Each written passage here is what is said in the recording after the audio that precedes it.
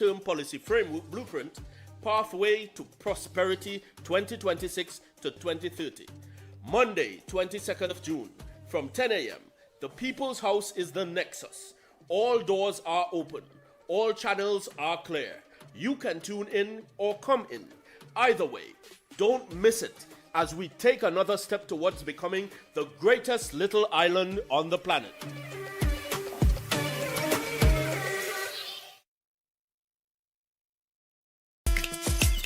Look alive, Tobago. It's time for the Tobago House of Assembly's budget presentation for fiscal 2027, and this one is going to be big. Secretary of Finance, Trade and the Economy, Councillor Petalan Roberts, will lay the first installation of Tobago's official medium-term policy framework blueprint, Pathway to Prosperity 2026 to 2030. Monday, 22nd of June, from 10 a.m. The People's House is the nexus. All doors are open. All channels are clear. You can tune in or come in. Either way, don't miss it as we take another step towards becoming the greatest little island on the planet.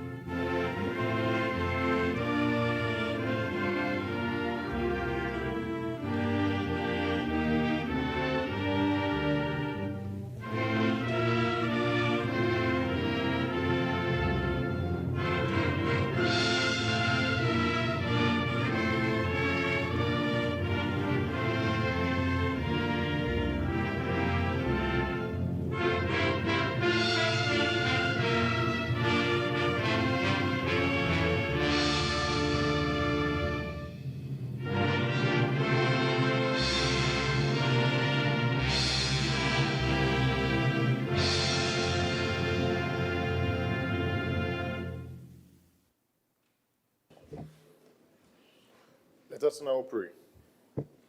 O Almighty God, as we have come together to begin our meeting of the Assembly, we humbly beseech you to grant to all our members the light and guidance of your Holy Spirit, that we may wisely take counsel together and come to such decisions as shall promote your glory and the well-being of all our citizens of this land, so that peace and happiness, truth and justice may be enjoyed by all people. Grant this for the sake of Jesus Christ our Lord. Amen.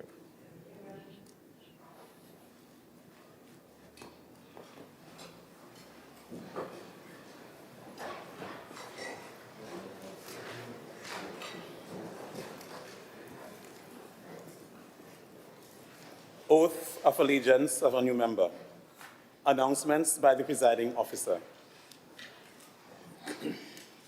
Honorable members, I have received leave of absence from today's sittings from Assembly Member Nigel Tate, Assembly Member Natisha Charles Pantin, and Assembly Member Ian Pollard. The leaves are granted.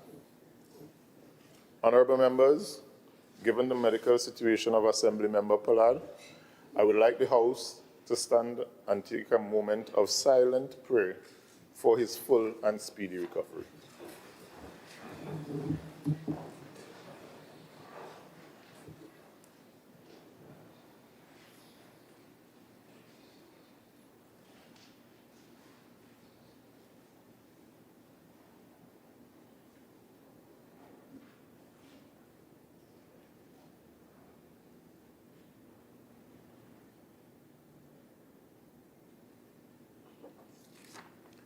Thank you.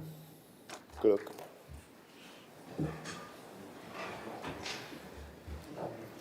Assembly bills sent back from Cabinet. Assembly laws brought back from Parliament. Petitions, papers. Secretary of Finance, Trade and the Economy. And good morning to all members and our visiting friends in the public gallery. So this morning I'm pleased to lay 8 papers, and they are as follows. 1, the Tobago House of Assembly Budget Report as at March 2026. Tobago House of Assembly Monthly Report as at April 2026. Tobago House of Assembly Financial Statement for the financial year ended September 2024, 30th September 2024. Tobago House of Assembly Financial Statement for the financial year ended 30th September 2025. The Budget Statement for Fiscal 2027. The Tobago House of Assembly Draft Estimates, details of the recurrent expenditure for the year 2027. Tobago House of Assembly Draft Estimates, the details of Development Program expenditure and the Unemployment Relief Program for the year 2027. And Tobago House of Assembly Draft Estimates of Revenue for the year 2027. Mr. Presiding Officer, I just want to make a correction to the Tobago 7 Tobago House of Assembly Draft Estimates for Development Program. And the Unemployment Relief Program will now be the Program for Infrastructure, Works for Urban and Rural Projects. So that is now the name, and you will see it in the budget statement. Thank you very much.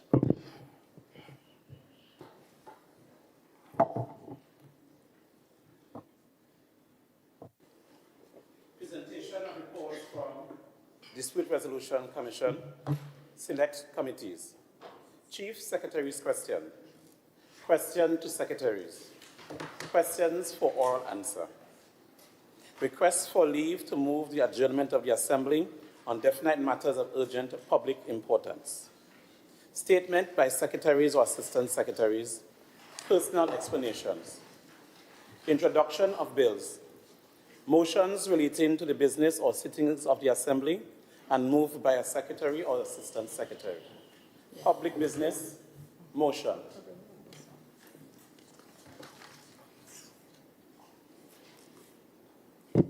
Secretary of Finance, Trade and the Economy.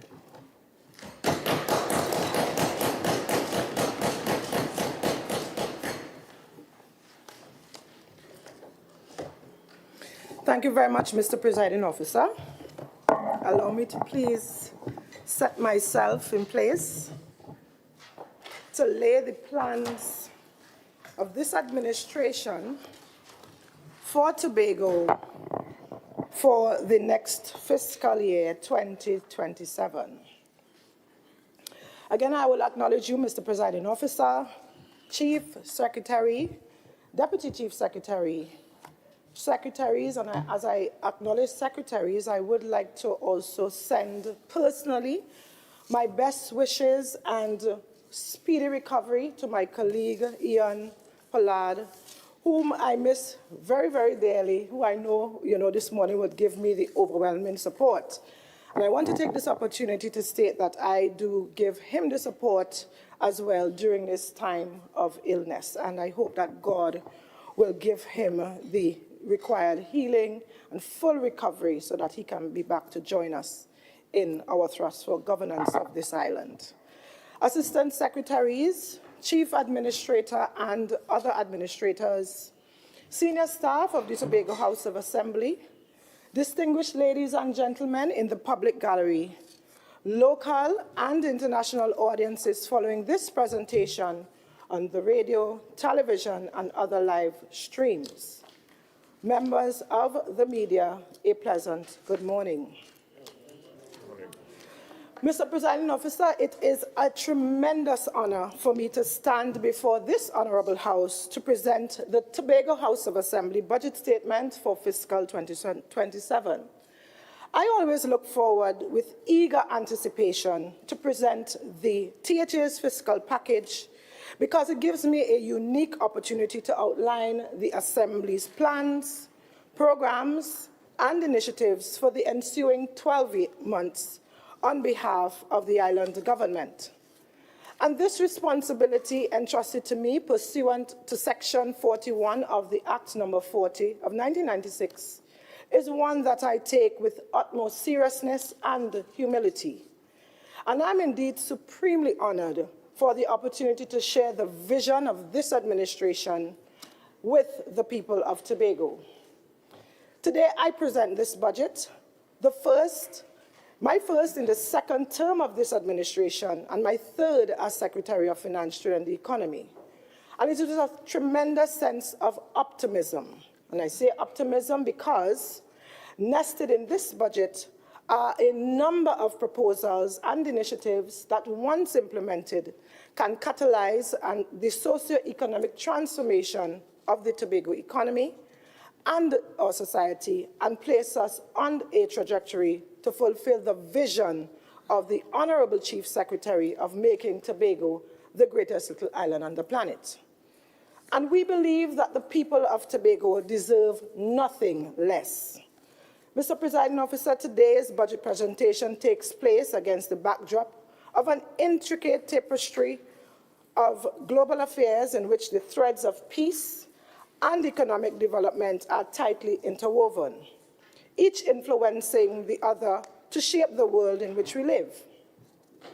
Geopolitical risk relating to the US-Iran war and disruption caused by the previous closure of the Strait of Hormuz is the world's top challenge. In fact, the geopolitical risk is no longer a peripheral concern for businesses and policymakers.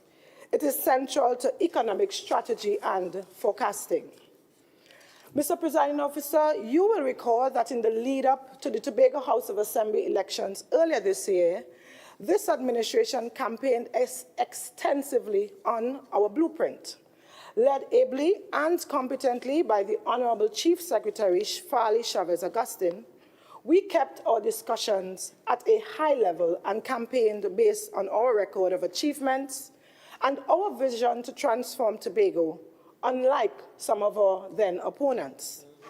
Mr. Presiding Officer, this professional and dignified approach to campaign did not go unnoticed by the electorate in Tobago. In fact, the electorate delivered a decisive 50-0 victory to this Tobago People's Party administration, while quietly sending some of our political opponents into premature political retirement. This overwhelming victory notwithstanding, and at the insistence of our Honorable Chief Secretary, we commit to governing with a high standard of accountability, fairness, professionalism, and transparency. And we take our mandate seriously. We see it as a real opportunity for us to improve delivery to the people of Tobago. And this is particularly true considering our more harmonious and productive relationship we now share with the central government. The budgetary proposals accompanying this statement were significantly shaped by and anchored in the Strategic Development Planning Pathway for Tobago 2025 to 2045. And this development planning framework, Mr. Presiding Officer, maps out Tobago's development trajectory over the next 20 years. The proposals are nestled in the TPP blueprint, which sets out our programs for the next 4 years. And this is our official medium-term planning framework, which sets out our plans for the period 2026 to 2030. Our fundamental objectives are to develop a resilient, sustainable economy that develops opportunities and prosperity for all Tobagonians, and I will repeat, to all Tobagonians. The budgetary proposals were also influenced by extensive consultations with a wide range of civil society organizations, stakeholders, and interest groups in Tobago, as well as submissions on our online digital consultation platform. In fact, in total, we consulted with 8 civil society organizations and interest groups and received approximately 110 submissions on our digital platform. I really wish to thank all individuals and organizations who contributed to the budgetary process. Your input was very invaluable in charting the policy direction for fiscal 2027. I also want to thank our secretaries and assistant secretaries for their insightful contributions. I also want to thank our administrators and senior public officers.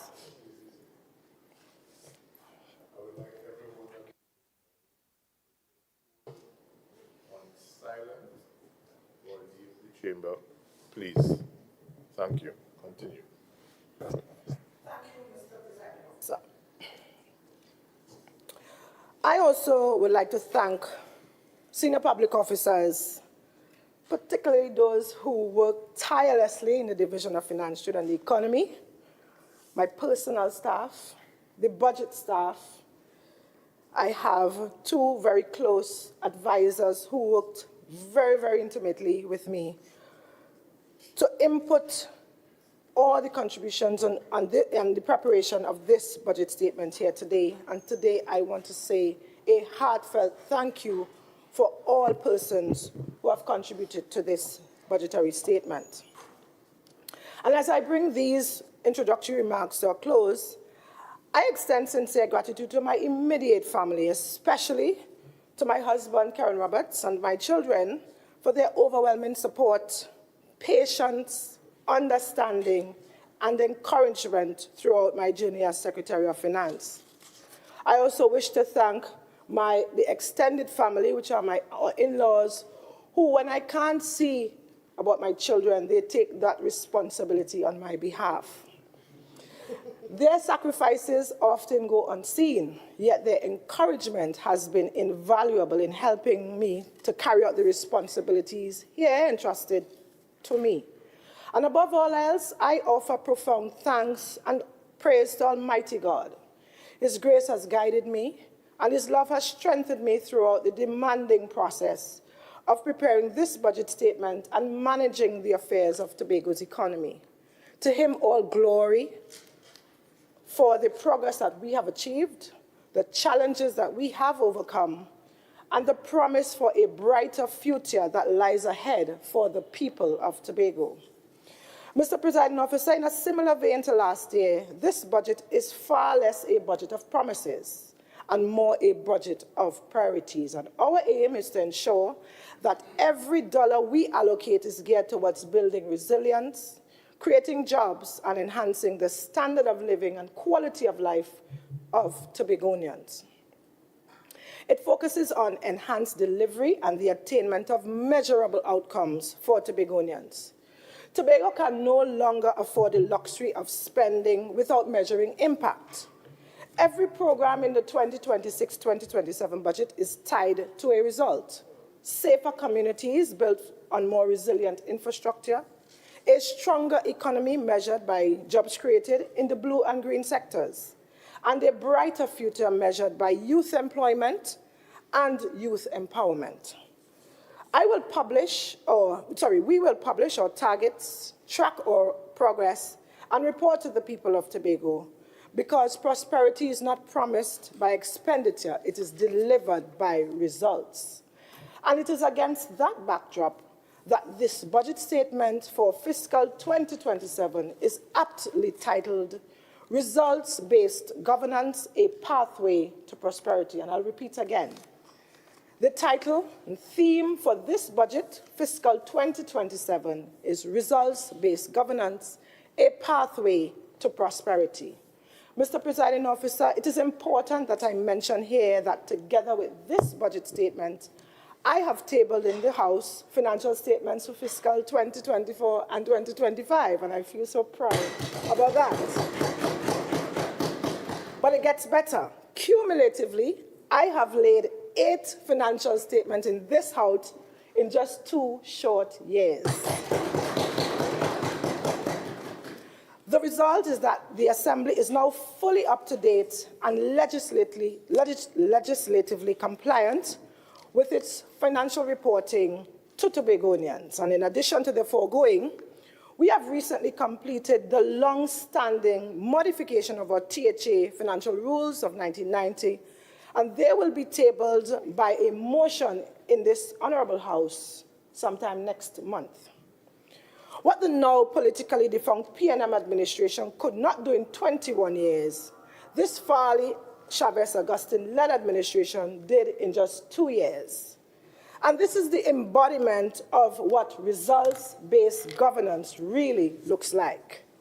Mr. Presiding Officer, I will now examine the outlook for the global and regional economies, and then the outlook for the national and Tobago economies. Mr. Presiding Officer, the international macroeconomic backdrop for the 2027 fiscal year is highly complex, leaving small island developing states particularly exposed to external shocks. According to the IMF April 2026 World Economic Outlook, global economic growth is projected to slow to 3.1% in 2026 and 3.2% in 2027, tracking well below the pre-pandemic historical averages. This deceleration is compounded by severe geopolitical instabilities, notably ongoing conflicts in the Middle East, the ongoing Russia-Ukraine war, and expanding geoeconomic fragmentation occasioned by open attacks on global rules-based institutions and trading systems. These developments have triggered risk-off sentiment in international capital markets, moderately tightening global financing conditions and sustaining elevated public debt risks across emerging and developing economies. Furthermore, the IMF's Global Prospects Report notes that global headline inflation is experiencing a modest uptick in 2026, driven by volatile energy prices and trade policy disruptions before expected stabilization in 2027. As of the middle of May 2026, the U.S. Energy Information Administration recorded that the estimated Texas Intermediate oil price is at $109 per barrel, and the Henry Hub natural gas price is around $3.10 US per MMBTU. And it is worth noting here, Mr. Presiding Officer, that on the international stage, there are a few isolated public health concerns, such as the Ebola virus in the Democratic Republic of Congo and Uganda, and the scare created by the Hanta virus outbreak on the cruise ship MV Hondios. The entire world prays that these are quickly contained and controlled and not escalated into global emergencies, mindful of the socio-economic disruptions usually associated with these matters. Mr. Presiding Officer, for an island economy like Tobago, these global dynamics are likely to impact the domestic economy in the following ways. 1, we will experience import inflation and supply chain friction, tight capital markets, volatile tourism demand. Mr. Presiding Officer, allow me now to turn our attention to the regional outlook. The broad regional outlook underscores the urgency of structural reform. The World Bank's April 2026 Latin America and the Caribbean Economic Update reveals that the region is caught in a long-standing structural low-growth trap. Regional GDP growth is projected to reach just 2.1% in 2026, falling below the 2.4% recorded in 2025, making the Latin America and Caribbean regions one of the slowest growing regions in the developing world.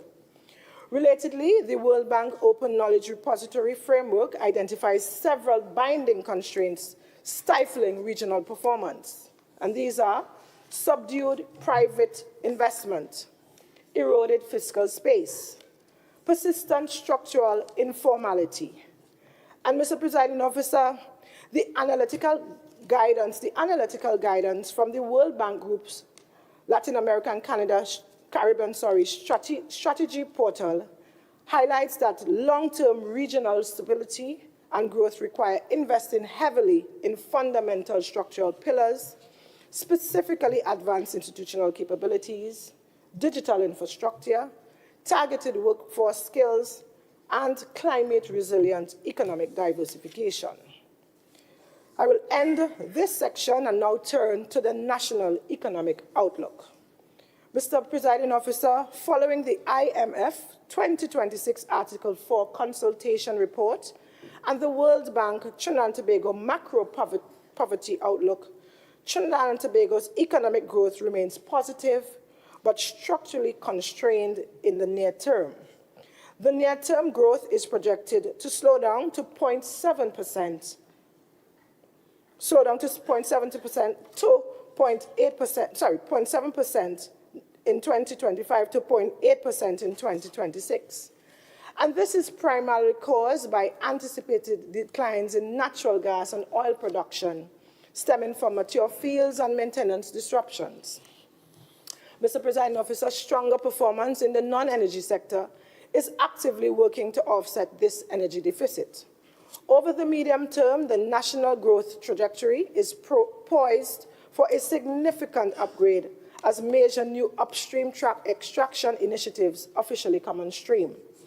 Despite these positive medium-term horizons, structural vulnerabilities persist. Domestic risks to growth and the external sector stem from low oil and gas production. Policy slippages and persistent foreign exchange shortages may weaken market confidence, and externally elevated global uncertainty and tighter financial conditions pose additional risks for national economic growth. Mr. Presiding Officer, to counter these structural risks, this Assembly recognizes that the mandate for Trinidad and Tobago is to rapidly mobilize private investment across agriculture, agro-processing, digital infrastructure and innovation, tourism, and the small and medium-sized sectors for growth. Therefore, at the national level, the macroeconomic landscape demands a highly strategic, calibrated fiscal response from the central government and the THA.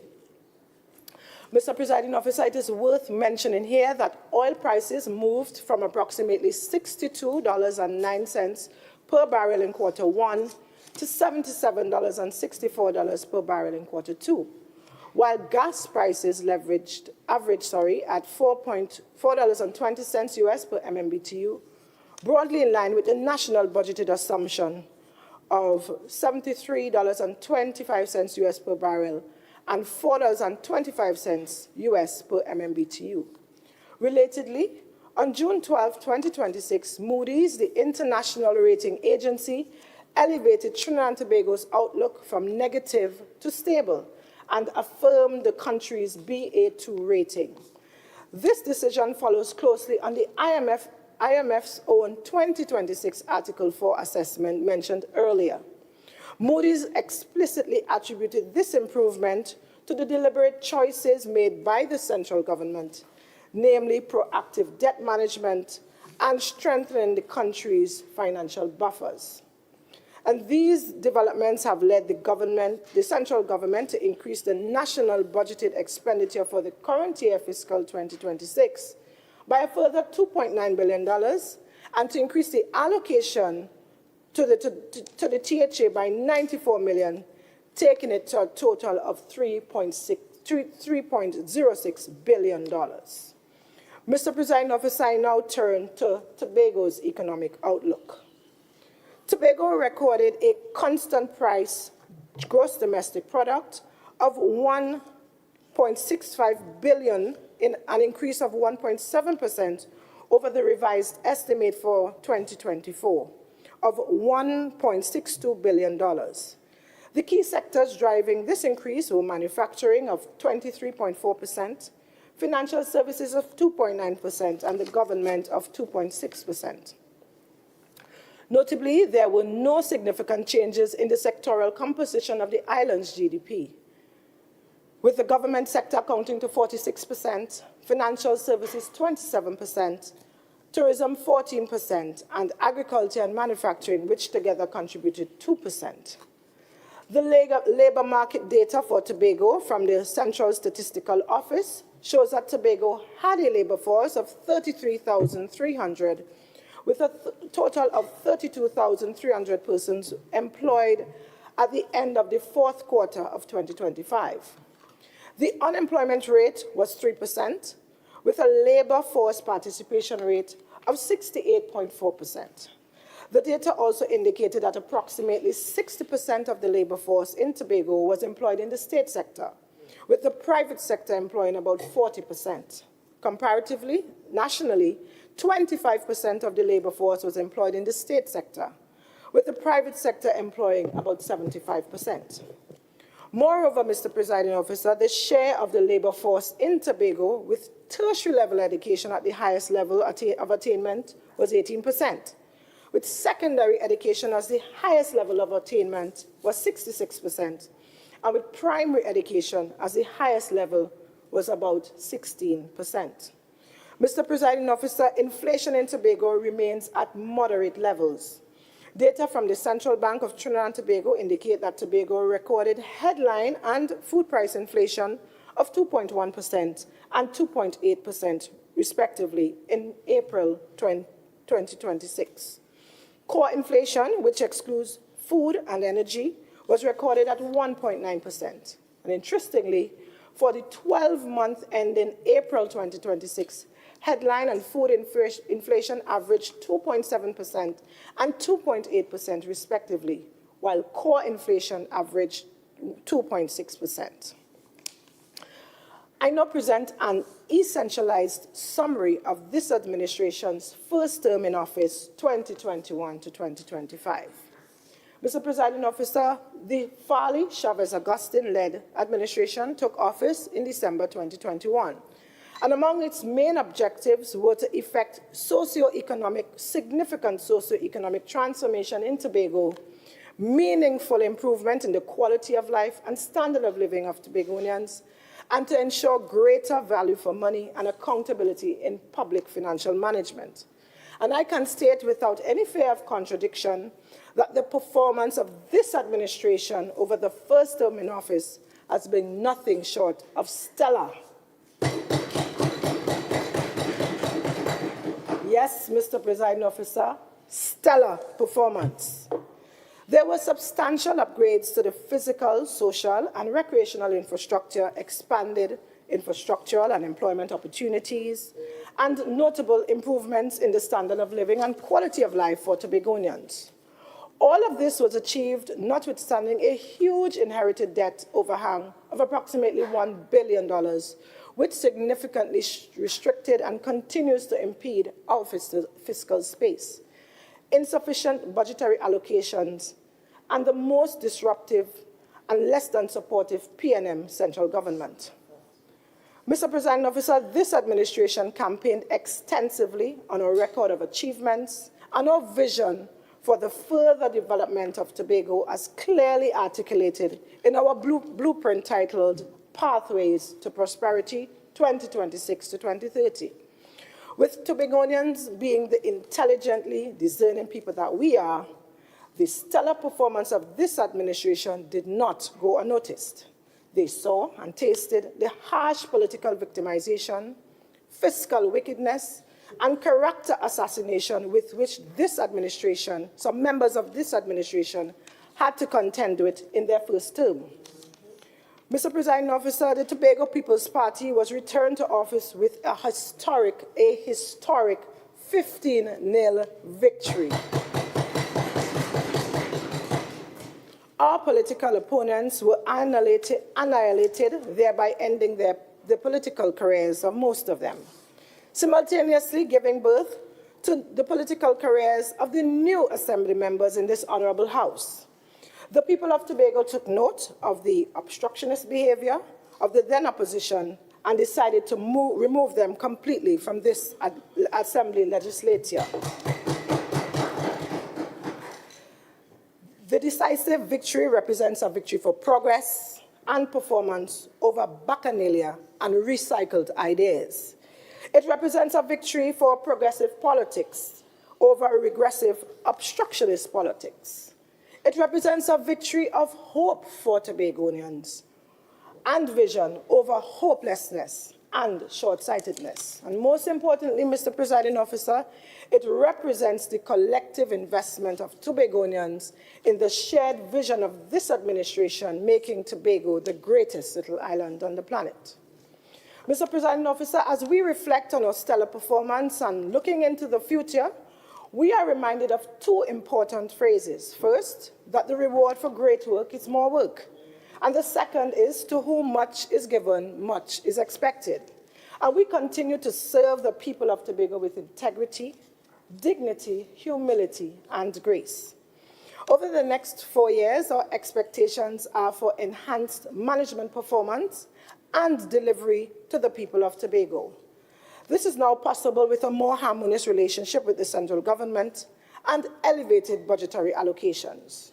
Our new budgetary framework, which has results-based governance as its core, its center, allows for much more accountability, greater efficiency, and greater effectiveness. Mr. Presiding Officer, this administration wants to expressly say thanks to Tobagonians for the confidence, the trust, the faith that they have invested in its governance. It must be stated here that we will continue to work deliberately and assiduously to ensure that Tobago gets optimal return on investment they have made. Thank you, Tobagonians everywhere. Mr. Presiding Officer, I will now set out the detail of this administration's results-based governance strategy for fiscal 2027. Mr. Presiding Officer, during its first term, this administration did what it had to do to arrive at the place where it can now do what it really wants, which is intentionally govern for impactful results that will move Tobagonians along the pathways to prosperity. And it is for this defining reason that this year's budget statement is again titled Results-Based Governance, a Pathway to Prosperity. Mr. Presiding Officer, the results-based governance is a leadership and management strategy that focuses on achieving specific outcomes and impacts through the effective use of resources. It emphasizes the importance of results in planning, implementing, monitoring, and evaluating programs and projects. It is widely used in public sector management, international development, and organizational performance improvement. During the last 4 years, this administration prepared its planning pathway called the Strategic Development Planning Pathway towards the greatest little island on the planet 2025 to 2045. And it presents our 21 agenda priorities, which clearly sets targets and timelines for achievements. And we have broken up our 20-year strategic development planning pathway into 5 4-year medium-term policy frameworks. And this is the first, and it's called Tobago Blueprint Pathway to Prosperity 2026 to 2030. This blueprint sets out our priorities, targets, indicators of progress, and success to be achieved over the next 4 years. Mr. Presiding Officer, for effective, efficient, and real-time monitoring and evaluation of our implementation and operationalization of the Strategic Development Planning Pathway, and more particularly the blueprint, we have designed, engineered, and built a comprehensive AI-assisted portal. The portal is the new digital workspace that will be used by staff across the entire THA's institutional ecosystem to execute and perform all tasks associated with the programs and projects in our fiscal 2027 work plan. Additionally, Mr. Presiding Officer, you will recall that in fiscal 2024, we deployed the strategic selectivity as our institutionalized strategy for the selection and prioritization of programs and projects. Relatedly, following the 15-0 results of the recently held THA elections, the THA did two things. He expanded the governance structure of the THA, and he realigned its divisions and special purpose companies and agencies. Mr. Presiding Officer, it is worth noting here that 3 new divisions and 2 new departments were created for improved governance and impactful delivery. 1, the Division of Legal Affairs. And this division's mandate encompasses a comprehensive range of responsibilities, chief among them constitutional autonomy, designed to support the creation of a more just society for all Tobagonians, Tobago residents, and visitors. Its role is to advise the Executive Council and to establish the legislative agenda of the Tobago House of Assembly, focusing on developing and promoting laws that reflect the wishes and aspirations of the people of Tobago. Consequently, legislative drafting ensures that proposed laws or amendments to existing laws are clear, effective, and aligned with the broader legal framework of a just Trinidad and Tobago. And Mr. Presiding Officer, the Councillor Adana Joseph Wallace will present more on the Division of Legal Affairs at the budget debate on Thursday. Secondly, we have the Division of Strategic Planning and Development, headed by Assembly Member Trevor James. And the mandate of the Division of Strategic Planning and Development is to guide Tobago's long-term growth and transformation through evidence-based policy, coordinated planning and control, and ensuring that Tobago's strategic development agenda leads to the realization of sustainable, livable urban, suburban, and village communities. To this end, the division will lead the formulation, and implementation of the island-wide development, spatial, and land use plans, which provide the basis for other divisions of the THA to develop policies, sector plans and strategies, programs and projects related to their core responsibilities. The Division of Strategic Planning and Development, through the re-establishment of the Policy Research and Development Institute, will also strengthen data systems and research capacities to support results-based public investment in infrastructure projects that are aligned with the THA's Build Tobago strategy for sustainable, inclusive, and resilient development. And again, Mr. Presiding Officer, we will hear more about this division from the member on my right on Thursday's budget debate. Thirdly, the Division of Environment, Climate Resilience, and Energy, headed by Assembly Member Darren Henry. This division has a mandate of protecting Tobago's natural heritage and strengthening the island's capacity to adapt to climate change and transition to sustainable energy systems. The division leads environmental conservation and regulation, coastal and marine management, and climate mitigation and adaptation planning. It is also charged with responsibility of promoting renewable energy, energy efficiency, and green technologies, integrating resilience and sustainability into public policy and development projects to safeguard livelihoods, ecosystems, and future generations.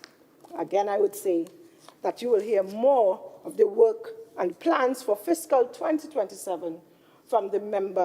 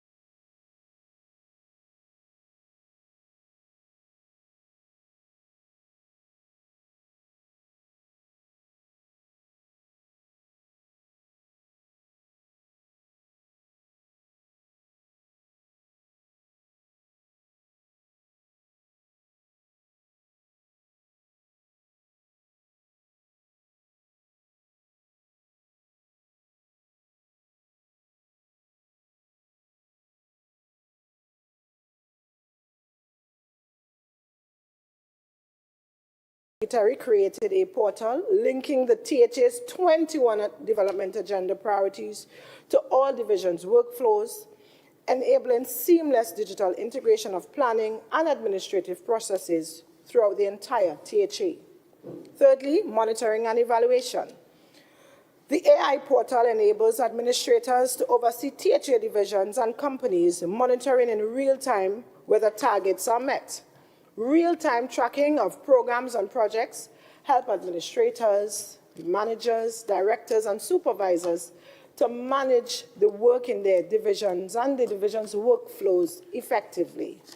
Number 4, clear divisional mandate.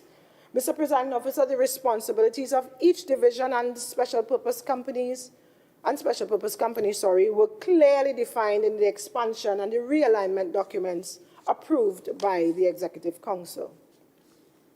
5, participatory governance. Mr. Presiding Officer, implementing Tobago's grand vision requires collaboration among sectors, THA divisions, government, private sector, and communities to leverage resources and improve results to Tobagonians.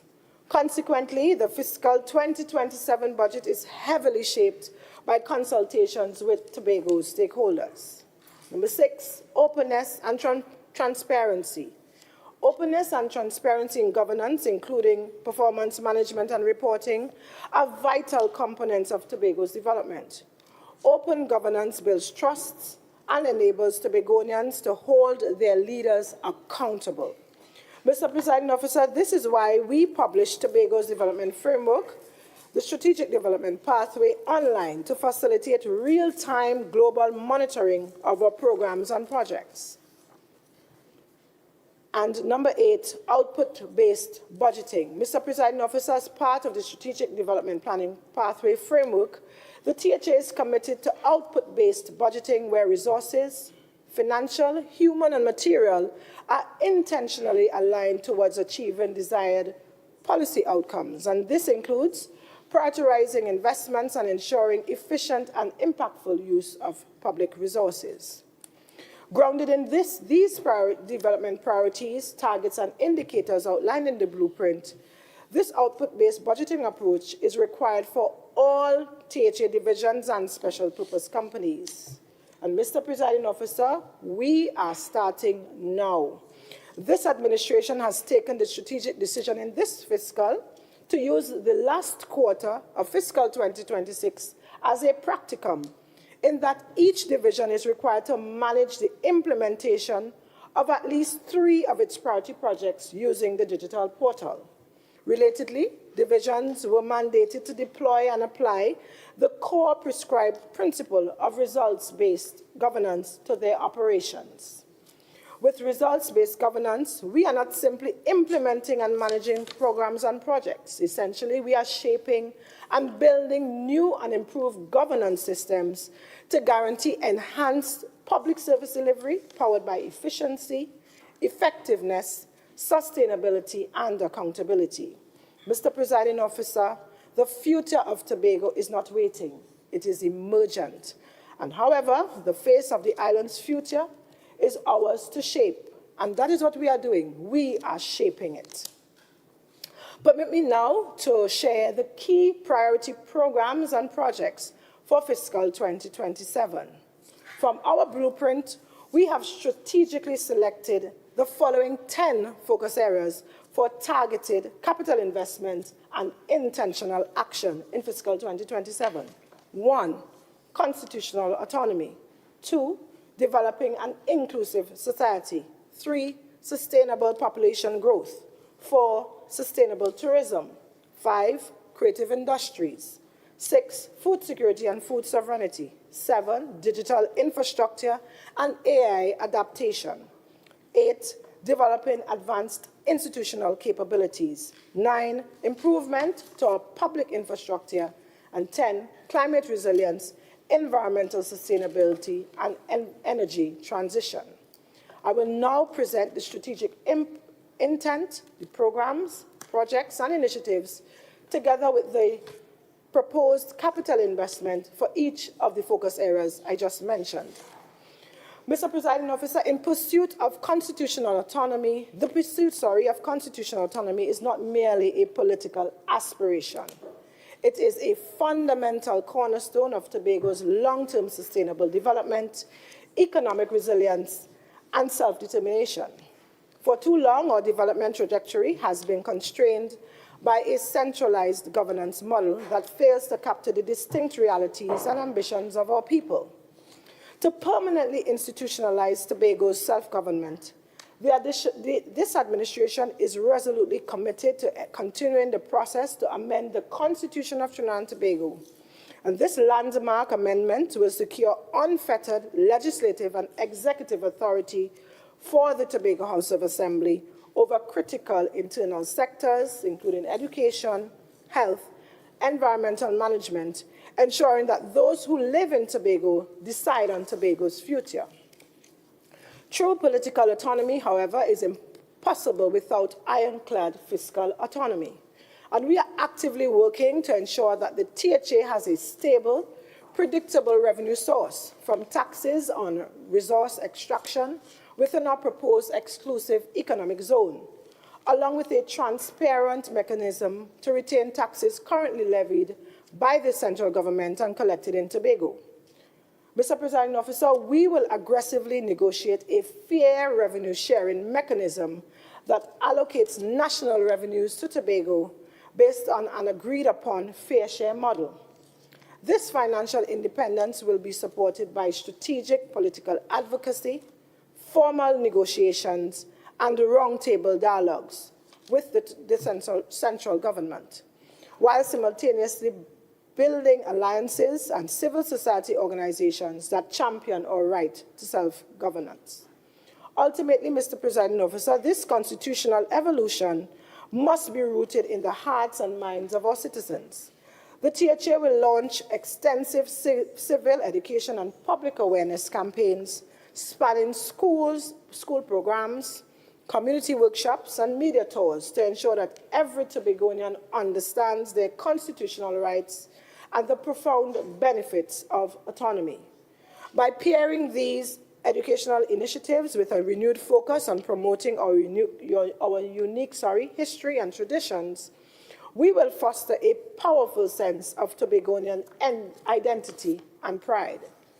As we look outward, we will study international best practices of successful autonomous regions and engage the global organizations for technical assistance, ensuring that Tobago's push towards self-governance is informed by world-class standards and backed by unyielding domestic unity. To manage this historic transition and with the highest level of rigor and inclusivity, we will establish two specialized bodies to guide our path forward. First, we will establish the Independent Tobago Commission on Constitutional Autonomy to review the current governance arrangements and recommend structural enhancements. This commission will bring together THA representatives, constitutional scholars, and vital voices from Tobago's non-governmental and community-based organizations. Second, we will establish the Tobago Self-Government Transition Commission, which will be explicitly tasked with designing a comprehensive, step-by-step blueprint outlining the operational processes required to transition seamlessly from the current THA framework to a modernized, fully autonomous Tobago government structure. Mr. Presiding Officer, an investment of about $10 million is being proposed for the autonomy program in fiscal 2027, which will be led by and managed by the Office of the Chief Secretary and the Division of Legal Affairs. Developing an inclusive society.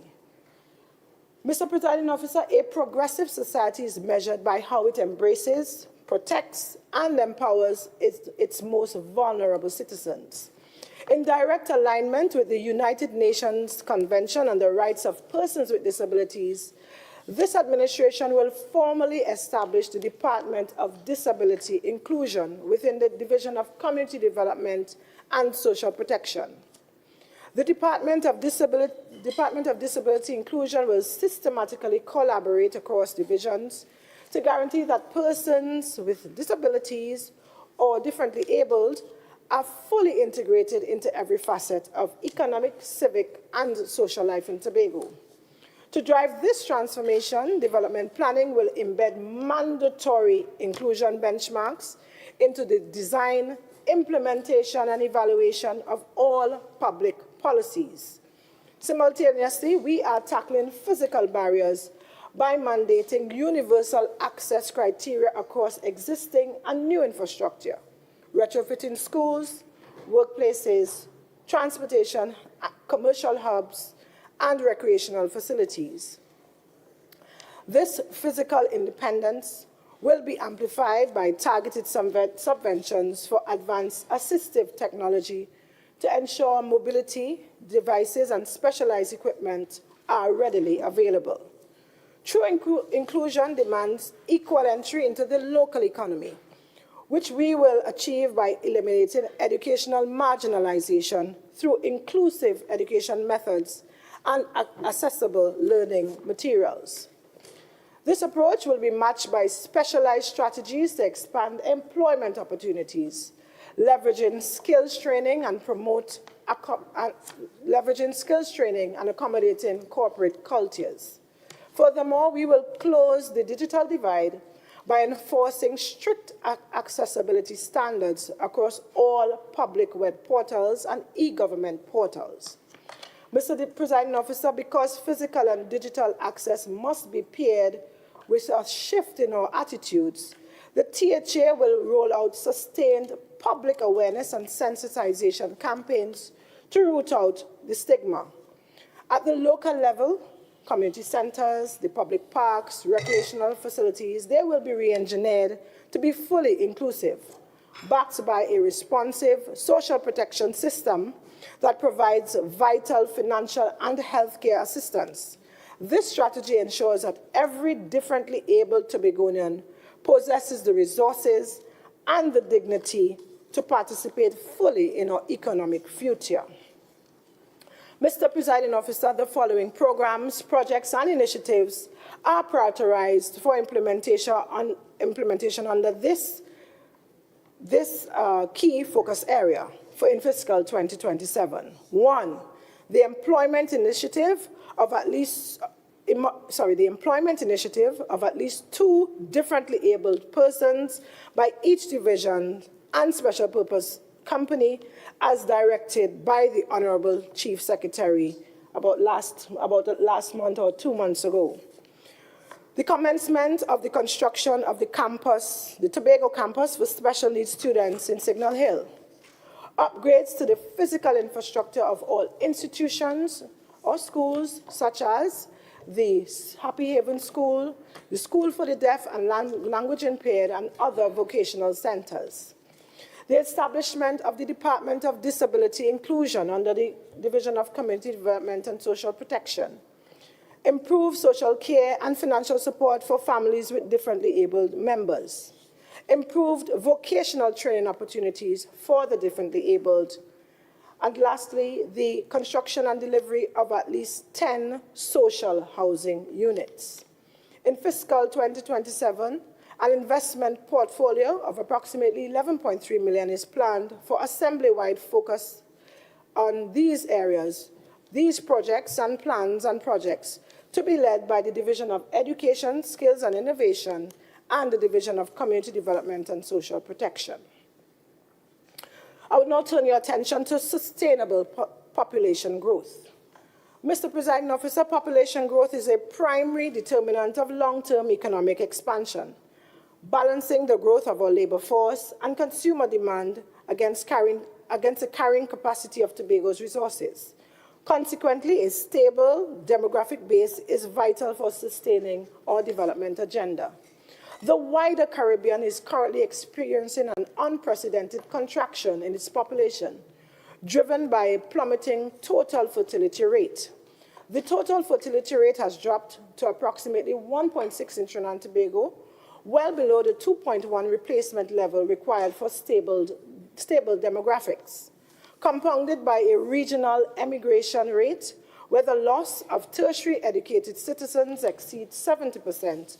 Our national annual population growth has slowed to a margin of 0.12% to 0.4%. And as a result, our median age has risen sharply to 38.5 years, expanding the old age dependency ratio and placing an unsustainable burden on our healthcare and social support systems.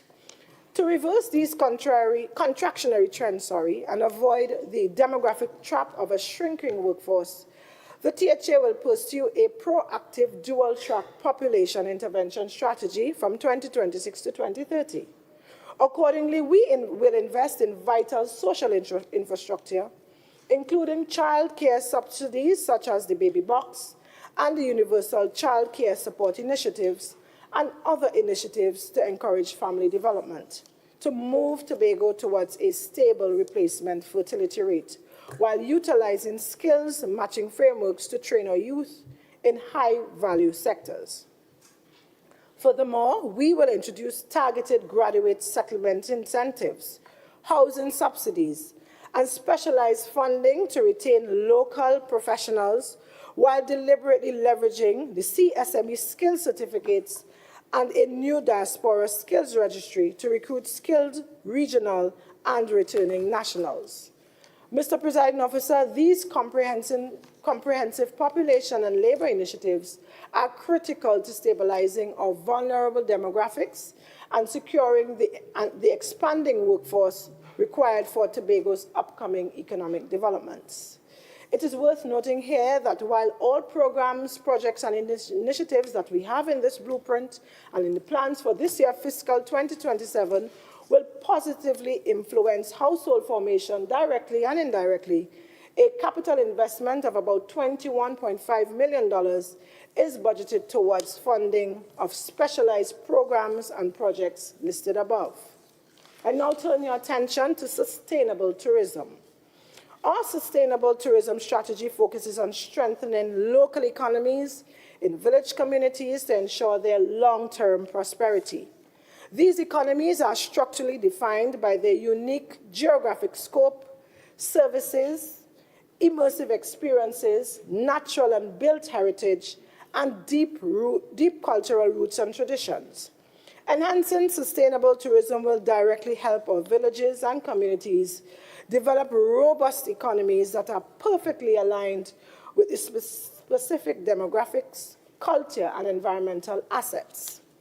To measure our progress within this framework, this administration has set concrete, non-negotiable targets.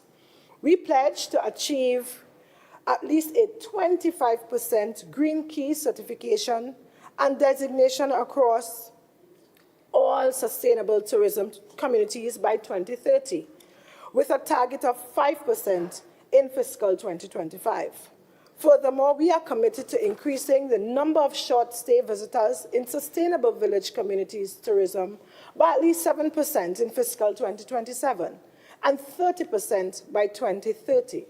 Our core strategic intent is to work with other communities to replicate the successes of the Castara model. We anticipate that packaging and highlighting these distinct demographics and environmental assets will help create community-driven tourism that supports both economic growth and environmental sustainability, alongside aggressive cultural preservation, while offering high-quality, unique experiences for our visitors. This sustainable, certified approach will naturally attract eco-conscious and culturally aware travelers, promoting long-term economic stability for our residents. Mr. Presiding Officer, to support this influx of discerning travelers, our strategy will aggressively build out international capacity. We will attract targeted private sector investment to establish approximately 500 hotel rooms in 4- and 5-star classifications by 2030, and to increase international short-stay tourist arrivals at least 40,000 by 2030. In this regard, it is worth mentioning here that the 200 4-star rooms villas from the Marriott Hotel development at Mount Irving, Back Bay, has received its approvals, its statutory approvals, and we are on the pathway now for clear construction works to commence before 2026. Let me just repeat that they are clear now for construction works to commence before the end of 2026. Another critical focus of our sustainable tourism build-out is the aggressive diversification of the island's tourism offerings. The aim is to develop a diverse, resilient range of tourism products and visitor experiences that cater to distinct niche interests, such as structured cultural heritage tours, adventure tourism, bird watching, and world-class wellness retreats. It is anticipated that this diversification will attract a broader global audience, mitigate seasonal risks, and significantly enhance Tobago's overall appeal as a first-choice tourism destination. The specific programs and projects prioritized for implementation to realize these results in fiscal 2027 are as follows. 1, the continuation of the Tobago Tourism Branding and Marketing Program. 2, more targeted investment and increased airlift. 3, the restoration of historical sites. 4, targeted training and skills development for sector workers. 5, the commencement of the new Torbay Beach facility. 6, upgrade works to various beach facilities, including Pigeon Point. 7, the development of the tourism and recreational infrastructure of nature and hiking trails in areas such as Highlands, Bell Garden, Bloody Bay, and the Main Ridge. 8, increasing the number of Green Key and Blue Flag certifications. Mr. Presiding Officer, an estimated capital investment of $105.2 million is budgeted to this focus area in fiscal 2027. The creative industries. Mr. Presiding Officer, the creative industries are deeply intertwined with our tourism sector.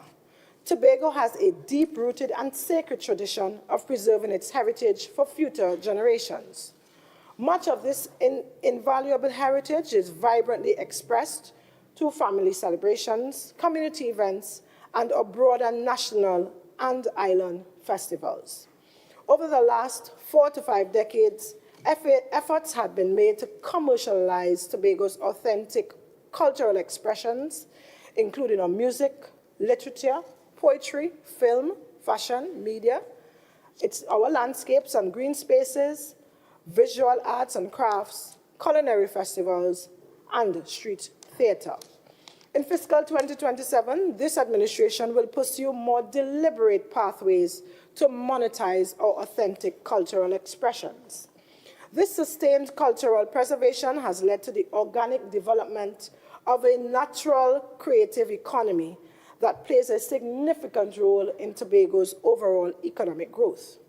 While much of this local economy is currently incentivized and supported by the THA, future programs related to culture and creativity must boldly underscore the absolute importance of monetizing Tobago's unique cultural assets within the open and competitive international creative market. Consequently, our upcoming institutional programs will focus heavily on optimizing the production of cultural resources through creative productions and performance cycles, while simultaneously ensuring the protection of our artists' intellectual property. To catalyze this economic evolution, this administration is introducing explicit measurable development targets for our creative sector. First, we will formally establish the Artists in Residence program and engage at least 10 Tobagonian artists on a 1-year contract to participate in the program in fiscal 2027, thereby providing a structured platform for local talent to refine and scale their craft. Second, we will aggressively leverage on our premier cultural assets to reconnect our global community. By 2027, the THA will promote the Tobago Heritage Festival and the Tobago Carnival as annual homecoming events for Tobagonians in the diaspora, targeting an increased diaspora participation of at least 10% in fiscal 2027. Relatedly, to ensure this cultural repatriation yields tangible economic dividends, we will expand the Tobago Heritage Festival in fiscal 2027 to include a dedicated business and investment forum. And our aim is to target at least 50 businesses owned by Tobagonians in the diaspora, turning cultural pride into direct local investment. Finally, Mr. Presiding Officer, in just 4 years, we have developed the Tobago Carnival as a major festival attracting patrons and persons from across the globe. This event has been generating significant economic value, and the Assembly will continue to invest in it and work closely with our creative stakeholders to effectively scale and further monetize this festival. Mr. Presiding Officer, the programs and projects strategically selected and prioritized for implementation in fiscal 2027 are as follows. 1, the Artist in Residence Program. 2, Tobago Heritage Diaspora Cultural and Homecoming Project. 3, scaling of the Tobago Carnival. 4, the Pan in Classroom Program. 5, upgrades to several Pan theaters across Tobago. 6, the establishment of a youth music academy and film lab. 7, the establishment of 4 community cultural showcase hubs. And 8, the development of a Tobago fashion and textiles industry. Mr. Presiding Officer, an estimated capital investment of $64.5 million has been budgeted to meet the costs of these programs, projects, and other initiatives. Food security and food sovereignty. Mr. Presiding Officer, our objective is to ensure food security and sovereignty for Tobago by developing resilient food production systems. Achieving food sufficiency entails expanding the island's agricultural sector to meet the nutritional needs of residents and visitors, while generating surplus produce for local, regional, and international export markets. Food sovereignty guarantees that Tobago's farmers and fishers can sustain essential food production cycles independently, without dependence on external inputs, emphasizing high-quality diets and food safety rooted in Tobago's indigenous practices. Mr. Presiding Officer, the strategic goal is to increase the agriculture sector's contribution to Tobago's GDP to 2% in fiscal year 2027, up from the current 1%. A key component of our volume expansion strategy is the initiation of a dedicated mega farm program designed to optimize extensive tracts of state land for high-yield commercial-scale production, utilizing automated farming systems and technologies, and the deployment of our CPEP workers. This mega farm program will serve as a primary driver of production to meet localized demand and secure targeted export quota in areas where Tobago has logistical advantage. The Mega Farm Program, Mr. Presiding Officer, will help us achieve long-term food security and economic resilience. We will aggressively increase the production of selected staples such as dasheen, cassava, and yams, and of fruits and vegetables such as tomatoes, sweet peppers, and lettuce, as well as small ruminant livestock and poultry. Our target is to increase the production of these items by 10% in fiscal 2027 and scale to 50% by 2030. Similarly, our aim is to increase the quantity of commercially harvested fish by 10% in fiscal 2027. Mr. Presiding Officer, our agricultural production targets will be supported by a robust market-driven approach. The Tobago House of Assembly is allocating dedicated grants to fund innovative research in climate-resilient crops and will leverage public-private partnerships to inject vital technology and infrastructure into the sector. And we are implementing stringent regulatory measures, including organic certifications aligned with the hazard analysis and critical control points standards to ensure food safety. To ensure sustainable growth, we will implement comprehensive farmer training programs and demonstration farms to enhance workforce skills, complemented by targeted youth engagement internships to cultivate the next generation of agropreneurs. Economic sustainability will be promoted by expanding direct-to-consumer channels through modern farmers' markets and digital sales platforms, supported by infrastructure for processing high-margin, value-added products. Mr. Presiding Officer, the following are the focal areas for capital investment under food security and food sovereignty in fiscal 2027. 1, the expansion of the Mega Farm Program. 2, the acceleration of the Agriculture Access Road Development Program. 3, the construction of a modern laboratory for tissue culture and plant pathology. 4, the scaling of the small ruminant genetic improvement and breeding programs. 5, the modernization and expansion of Hope Farm poultry and production systems. 6, the strengthening of the integrated disease surveillance and animal health protection program.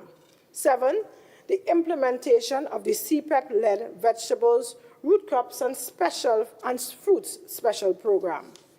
8, the increase in technical and financial support to farmers and fishers through collaborative efforts from TARI and the Business Development Unit. And 9, the regularization of the Farmland Lease Title Program. Mr. Presiding Officer, a capital investment of $140.7 million has been budgeted to meet the development expenditure associated with Tobago's food security and food sovereignty programs, projects, and initiatives for fiscal 2027. Digital infrastructure and AI adaptation. Mr. Presiding Officer, in line with the global digital transformation and our focus on overcoming connectivity barriers, we propose a comprehensive overhaul of the Assembly's digital infrastructure and architecture. Our core strategy here is to decommission fragmented legacy frameworks and replace them with interoperable, secured, cloud-based government platforms.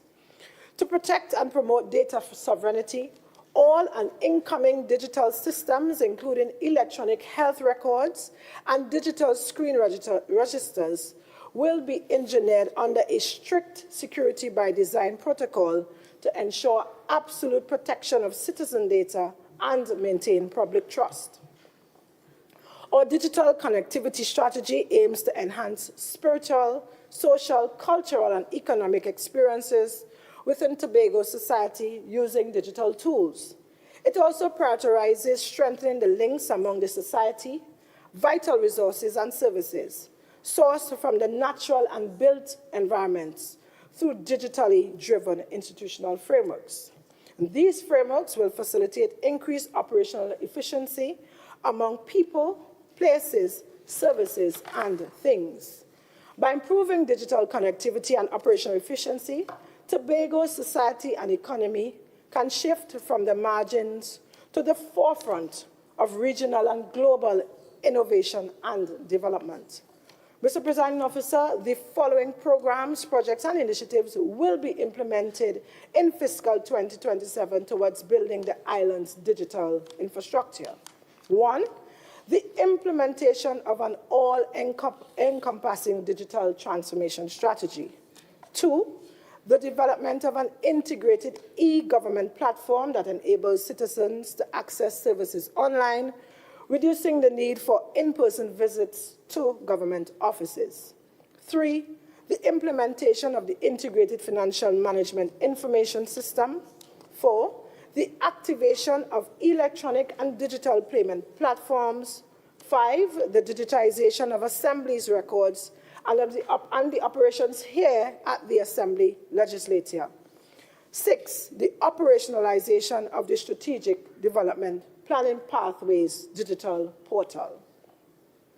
Mr. Presiding Officer, a capital investment of $46.3 million has been budgeted for in fiscal 2027 to meet expenditures and programs associated with this core focal area.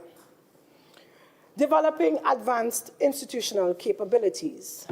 Mr. Presiding Officer, an efficient, agile, and effective public service is established upon modern governance frameworks that uphold public trust, safeguard institutional integrity, and demand strict fiscal responsibility. Prudent financial management is inherently enhanced by administrative efficiency, ensuring meticulous, data-driven stewardship of public expenditure across all divisions. By modernizing our administrative engines and dismantling legacy bureaucratic constraints, this administration effectively prioritizes the execution of strategic development planning to deliver high-quality, citizen-centered public goods and services. To institutionalize this standard, we have established the Public Service Strategy and Performance Management Office under the Office of the Chief Secretary, creating an anchor for accountability and strategic alignment across the entire Assembly.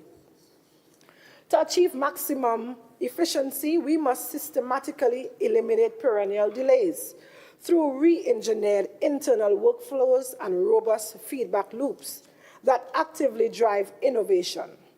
Mr. Presiding Officer, the Department of Public Service Modernization and Transformation is spearheading the comprehensive digitization of manuals and other legacy administrative processes. To rigorously measure our progress, we will establish the Public Service Delivery and Service Quality Index in fiscal 2027. Furthermore, building true institutional resilience requires cultivating workforce agility to support our transition towards a fully data and digitally intelligent and data-literate public service. In fiscal 2027, the THA will implement targeted upskilling initiatives designed to enhance information technology competencies across its entire workforce, placing a deliberate focus on data literacy and strategic adoption of artificial intelligence. This investment in our human capital guarantees that public servants possess the technical capabilities required to govern a modern and responsive government apparatus. Mr. Presiding Officer, the upskilling aligns with the broader environmental and operational mandate aimed at reducing paper-based transactions and internal workflows across all divisions of the Assembly through the implementation of an interoperable cloud-based digital platform. And for fiscal 2027, these are some of the major programs and projects for implementation. One, the institutional strengthening program that focuses on clarifying mandates, modernizing governance frameworks, rationalizing institutional and organizational structures, and strengthening the administrative systems across the Tobago House of Assembly. Two, the commitment to outcome, results, and efficiency, which is the core program, which is a cross-cutting performance management initiative led by the Office of the Chief Secretary to institutionalize results-based governance. Three, the full activation of the Assembly's Public Service Academy that will drive upskilling of public officers as well as the modernization of operational processes and procedures. And four, the expansion of the financial support to vocational and tertiary level students through the Department of Advanced Training and Advisory Services, DATAS. Mr. Presiding Officer, in fiscal 2027, a capital expenditure of approximately $22 million has been budgeted to meet the expenditures associated with the programs and projects designed to build advanced institutional capabilities. I move now to improvement in our public infrastructure. Modern, resilient public infrastructure is a fundamental catalyst for long-term economic growth, societal transformation, and enhanced productivity. Strategic investments in roads, ports, utilities, and digital networks lower the cost of doing business, connect isolated communities to urban business centers, and stimulate unsustainable private sector investment. Infrastructure serves as the bedrock for all development, directly driving job creation and expanding our competitiveness. Against this backdrop, the Build Tobago strategy establishes an evidence-based framework for physical and economic transformation by institutionalizing expert oversight. And central to this strategy is the establishment of an Office of Mega Projects, which will utilize integrated land use planning and rigorous metrics, such as cost-benefit analysis and net present value, to prioritize a transparent, merit-based project pipeline while ensuring the agility to adapt through cyclical annual reviews. Moreover, Mr. Presiding Officer, to ensure the longevity of critical assets, this strategy prioritizes sustainable, resilient designs integrated with advanced technology. And we are actively transitioning to a net zero future by embedding green technology, green energy technology into public infrastructure. And this strategy preserves ecological integrity by incorporating natural infrastructure, ensuring that new physical developments are climate resilient and structured to protect our local biodiversity. Additionally, the Build Tobago strategy fosters equitable economic growth and fiscal sustainability, through innovative financing frameworks, intentionally leveraging public-private partnerships and build, operate, lease, transfer models. We will bridge funding gaps and recycle assets into new public developments. The rollout will be purposely distributed across development regions or areas in Tobago to connect remote villages to urban hubs, ensuring infrastructure development remains completely inclusive and sustained by modernized procurement frameworks that transcends political cycles. Now, Mr. Presiding Officer, some of the major physical infrastructure projects selected for implementation in fiscal 2027 are as follows. 1, the Accelerated Island-Wide Road Improvement and Infrastructure Upgrade Program. 2, the Friendship Estate Development Project. 3, the Scarborough Redevelopment Project. 4, major improvement works on secondary roads. 5, the Roxborough Bloody Bay Road Retaining Wall. 6, the Program for Infrastructural Upgrade in Urban and Rural Communities, formerly known as the Unemployment Relief Program. 7, the Southwest Drainage Project. And 8, we will focus on community-based projects. Mr. Presiding Officer, an estimated capital investment of $431.5 million is budgeted for this focal area in fiscal 2027. I now move to climate resilience, environmental sustainability, and energy. Mr. Presiding Officer, given the threat posed by climate change, we must ensure that our current development goals do not jeopardize future generations. A primary focus of the new Division of Climate Resilience, Environmental Sustainability and Energy centers on mitigating greenhouse gas emissions on terrestrial and marine systems, preventing secondary socioeconomic impacts on local communities. Consequently, we have set targets to reduce carbon emissions while preventing the loss of biological species.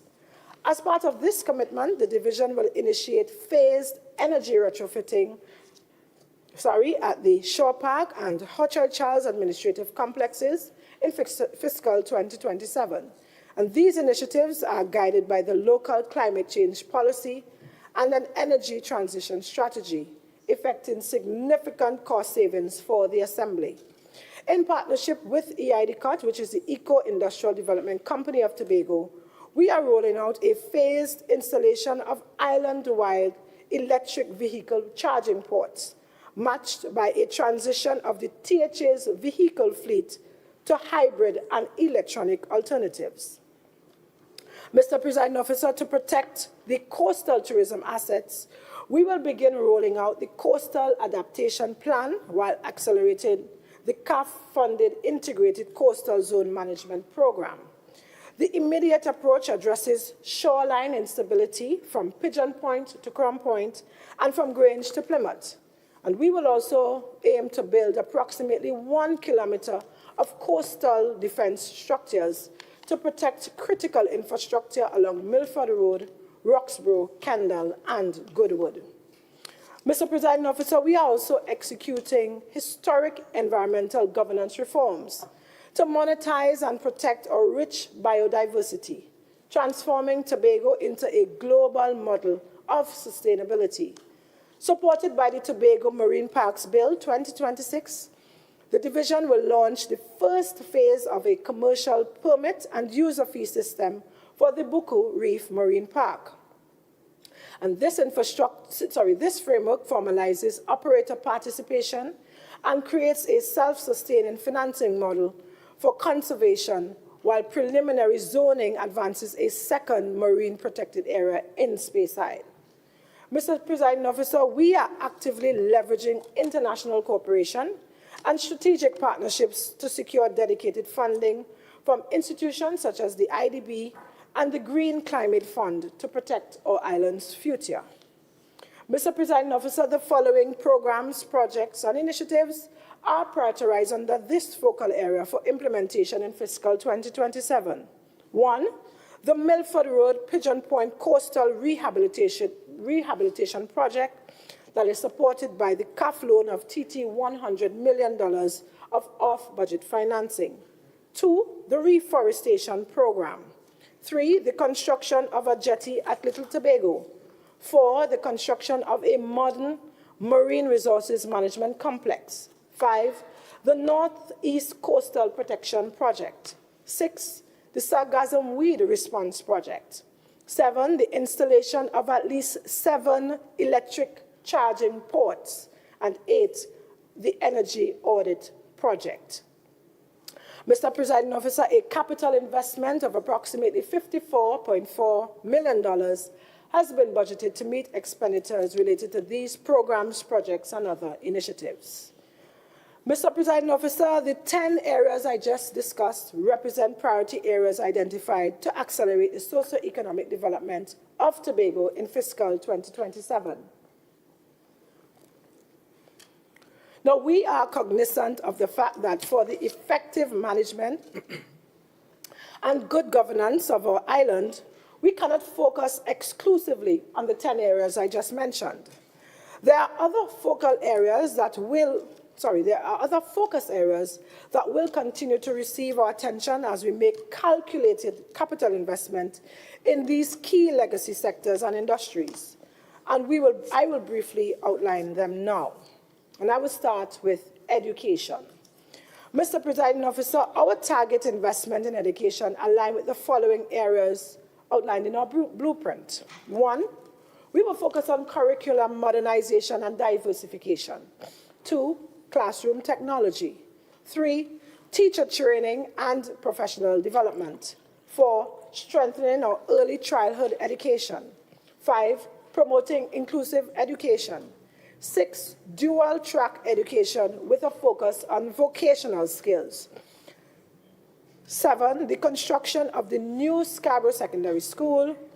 We will also focus on the Tobago campus for special needs students in Signal Hill and a new early childhood center in Corland.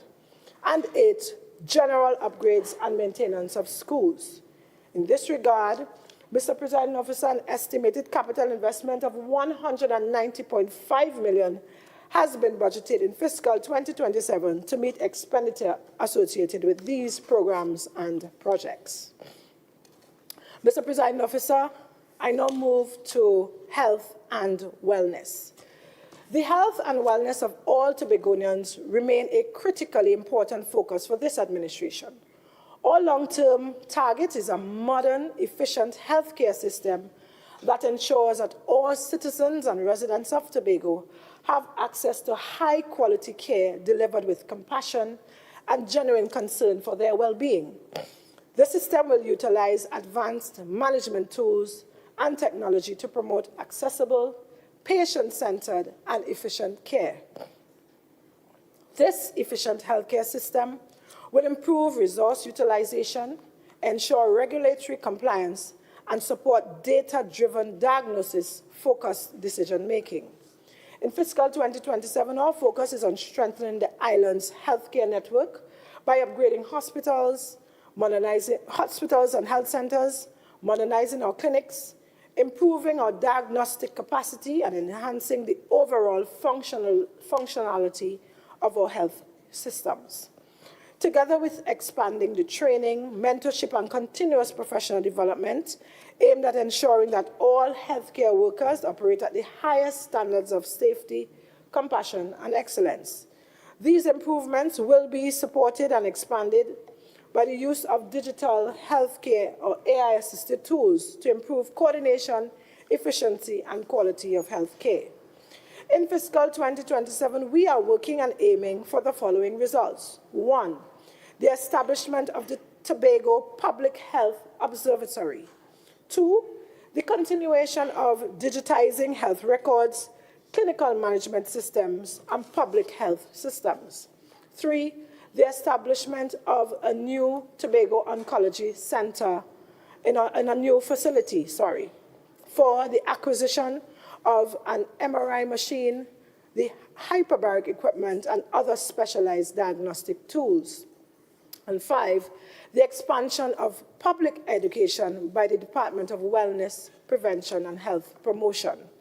Mr. Presiding Officer, an estimated capital investment portfolio of $846 million has been budgeted for in fiscal 2027 to meet the expenditures associated with programs, projects, and initiatives under health and wellness.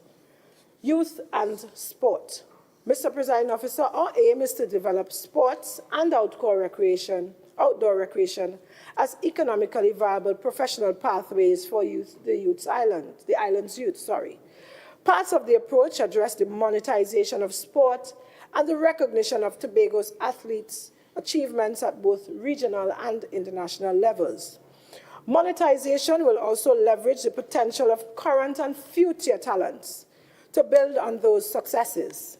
It also points to opportunities to upgrade Tobago's sports infrastructure, including both outdoor and indoor recreational, active and passive spaces.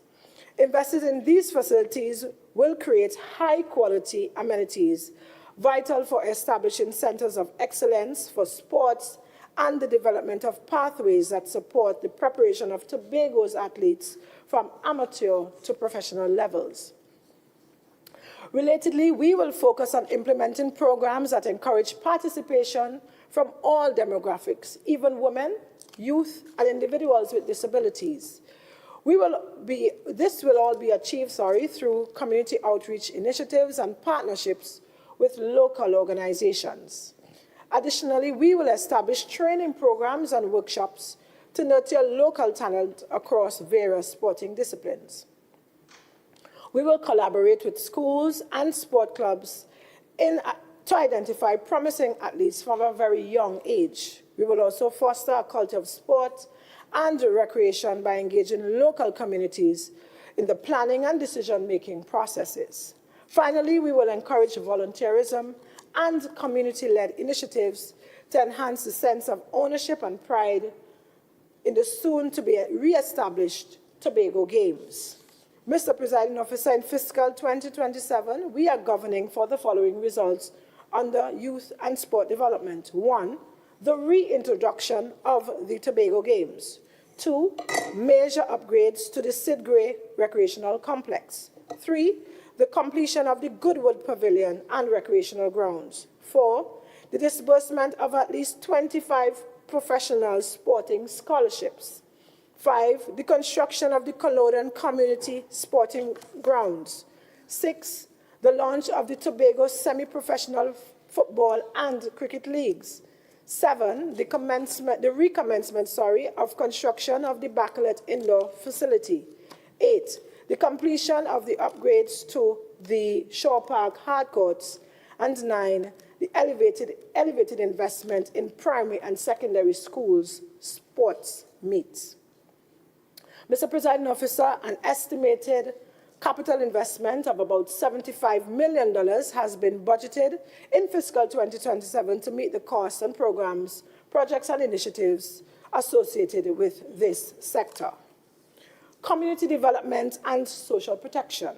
Mr. Presiding Officer, the Division of Community Development and Social Protection, in strict collaboration with the Division of Finance, Trade and the Economy, is leading a coordinated effort across the Assembly to fortify Tobago's social safety net. In fiscal 2027, we are focused on strengthening our social protection systems, establishing and expanding programs tailored directly to our most vulnerable groups, including women, children, elders, and persons with disabilities. The THA will systematically deploy nutritional support, financial support, and targeted subsidies to ensure the essential needs of the vulnerable are robustly met.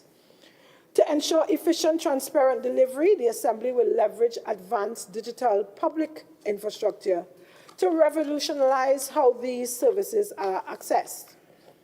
Our aim is to use secure digital technologies to launch unified, contactless social protection payment systems that will eliminate administrative friction for those who need support most. This digital modernization will be further paired with local community-based resilience initiatives and public advocacy campaigns designed to foster deep social inclusion, protect our citizens from labor, things like labor exploitation and human trafficking, and erase systemic stigma across our island. Finally, Mr. Presiding Officer, true social protection must be sustained by inclusive economic growth and socio-economic independence. The THA is actively fostering upward economic mobility for vulnerable groups by investing heavily in localized vocational training programs, microfinance initiatives, and targeted operational support for the small and medium-sized enterprises. Mr. Presiding Officer, the following programs and projects are prioritized for implementation in fiscal 2027. 1. The digitization of all social support services to 100% in fiscal 2027. 2. The implementation of a unified social support framework. 3. Economic inclusion through skills building and employment support. 4. Deepening investment in the REACH program and the Emergency Food Card Initiative. And 5, continued investment in the Electoral District Development Fund. Mr. Presiding Officer, an estimated capital investment of $60.2 million has been budgeted in fiscal 2027 to meet the expenditure associated with these programs, projects, and other initiatives. I now turn your attention to housing and settlements. Mr. Presiding Officer, this administration is shifting directly towards innovative construction models that offer economic, efficient living options for low-income families.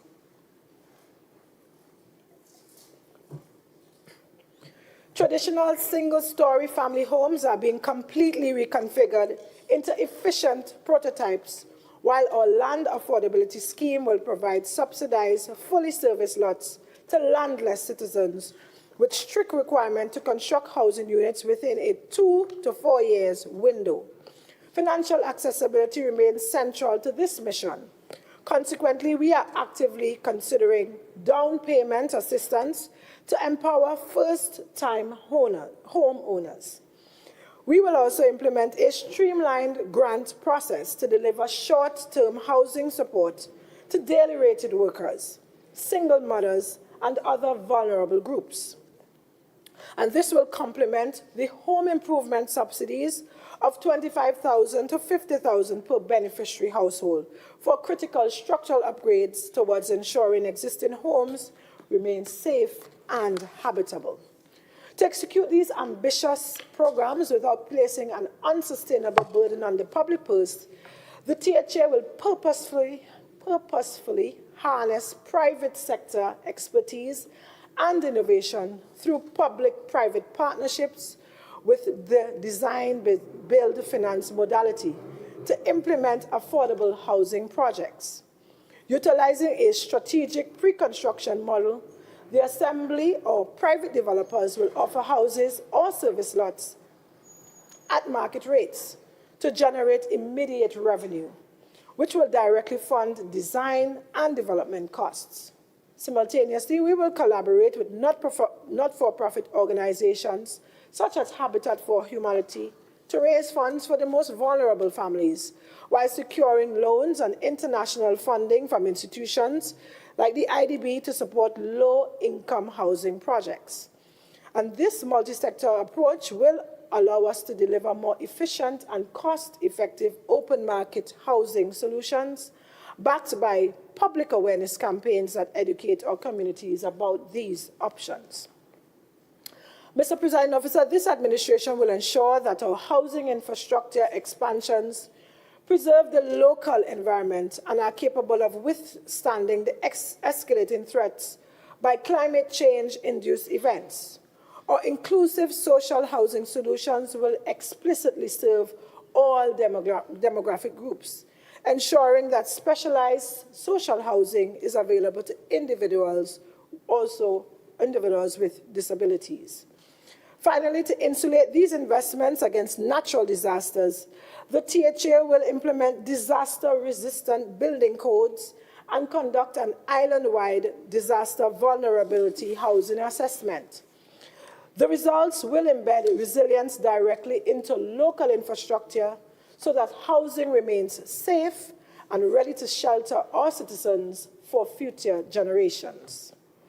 Mr. Presiding Officer, in fiscal 2027, we are working to deliver the following results. 1, the execution of the island's housing stock assessment project. So we will conduct a housing stock assessment project. 2, the delivery of 130 housing units in Riseland and 120 housing units at Adventure Phase 3. 3, the delivery of 10 social housing units.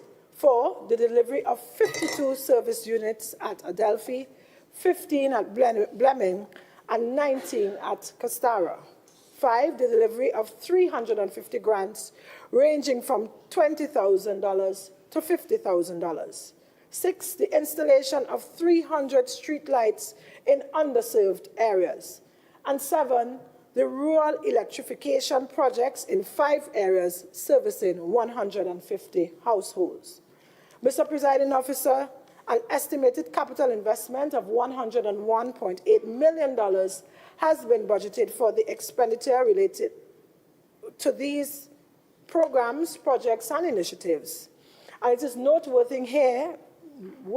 noting here that the Adventure Phase 3 and Riseland projects are not included in this figure as they are borne by the contractors under a public-private arrangement. Finance and the economy.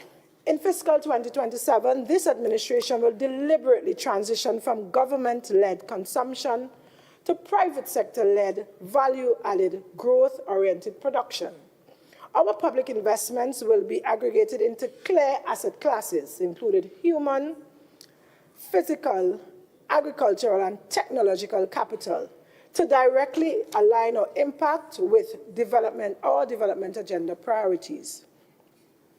This tier-based valuation system will be used to attract private funding for tourism, housing, and clean energy developments. And this ambitious fiscal roadmap aims to increase the cumulative total annual capital expenditure to at least 2 times Tobago's GDP by 2030, and to raise revenues to at least 20% of total expenditure. To execute this strategy without creating a fiscal deficit, this administration will launch a modernized institutional framework for off-budget financing, and this includes establishing Invest Tobago as a one-stop shop to streamline large-scale tourism, housing, and clean energy opportunities. The Tobago Development Fund will systematically capture international grants and other funding options. Concurrently, we will build a holistic ecosystem to strengthen local commerce through micro, small, and medium-sized development programs, and this will be supported by business incubators, public awareness campaigns, and financial instruments from partners such as the Exim Bank and the IDB. This institutional shift will eliminate operational barriers to access innovative financial options for local businesses, with the targeted results of raising the GDP contribution to the micro, small, and medium-sized enterprises sectors to 15% and large businesses to 10%. Our results-based governance strategy here is to drive comprehensive economic expansion to increase our GDP per capita from its current $3,600 US to at least $5,000 US by 2030. Mr. Presiding Officer, the following programs and projects are selected for investment in fiscal 2027. 1, the Tobago Development Fund. 2, the Capital Investment Program. 3, the Loan Guarantee Program. 4, the Tobago Export Enhancement Program. 5, the Enterprise Assistance Loans and Grants Program. 6, strengthening of financial literacy program. And 7, fintech adaptation and digital payment solutions. In summary, the macro-critical data underscores that the current socio-economic environment is unforgiving of institutional stagnation. Therefore, the THA's budget submission is a calculated and careful response to these existing realities. It treats public spending not as consumption, but as a deliberate investment to insulate Tobago from external volatility, modernize our public service, and build a healthy, highly skilled population. By funding these priorities, the Tobago House of Assembly is choosing to break out of regional low-growth cycles and take direct control of Tobago's socio-economic destiny. I now turn your attention to the 2027 expenditure estimates. Mr. Presiding Officer, the budgetary requests presented here are directly tied to the Strategic Development Planning Pathway for Tobago 2025 to 2045, and more intimately, the Blueprint 2026 to 2030. And they reflect a deliberate pivot away from traditional reactive spending models towards high-impact, evidence-based public investments and results-based governance by anchoring our programmatic requests into empirical realities. Our strategic aim is to decouple Tobago's development from the historical boom and bust cycles of the national commodity paradigm, laying the foundation for true economic self-reliance and shared prosperity as we move along our chosen pathways to becoming the greatest little island on the planet.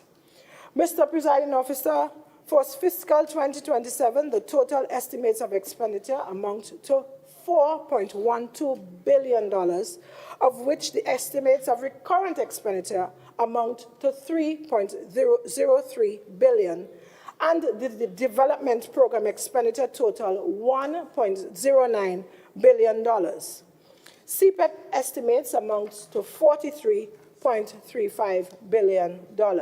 Again, I repeat, our total estimates of expenditure amount to $4.12 billion, of which the estimates of recurrent expenditure amount to $3.03 billion, and the development program expenditure estimates total $1.09 billion. CPEP estimates amount to $43.35 million. The total expenditure estimates are based on a projected national budget of $62.16 billion, which is the same as this current fiscal year's national budget projection, and a requested share of 6.6%. In nominal dollars and cents, our request amounts to only $6.60 of every $100 of projected national budgetary expenditures. Recurrent expenditure estimates. Mr. Presiding Officer, the recurrent estimates for fiscal 2026 totaling $3.03 billion are disaggregated as follows. Personnel expenditure, $805.52 million. Goods and services, $935.57 million. Minor equipment purchases, $67.97 million. And current transfers and subsidies, $1.22 billion. Mr. Presiding Officer, the disaggregation of our recurrent estimates by divisions for fiscal 2027 is as follows. The Assembly Legislature, $35.73 million. Division of Community Development and Social Protection, $103.46 million. Division of Education, Skills and Innovation, $519.6 million. Division of Environment, Climate Resilience and Energy, $60.34 million. The Division of Finance, Trade and the Economy, $190.56 million. The Division of Food Security, $167.13 million. The Division of Health and Wellness, $1.03 billion. Division of Housing, Settlements and Public Utilities, $41.75 million. Division of Legal Affairs, $33.18 million. The Office of the Chief Secretary, $181.94 million. The Division of Public Infrastructure and Transportation, $343.99 million. The Division of Strategic Planning and Development, $42.46 million. The Division of Tourism, Antiquities and Creative Industries, $193.28 million. The Division of Youth Empowerment and Sport, $81.11 million, bringing us to a total recurrent expenditure estimate of $3.03 billion.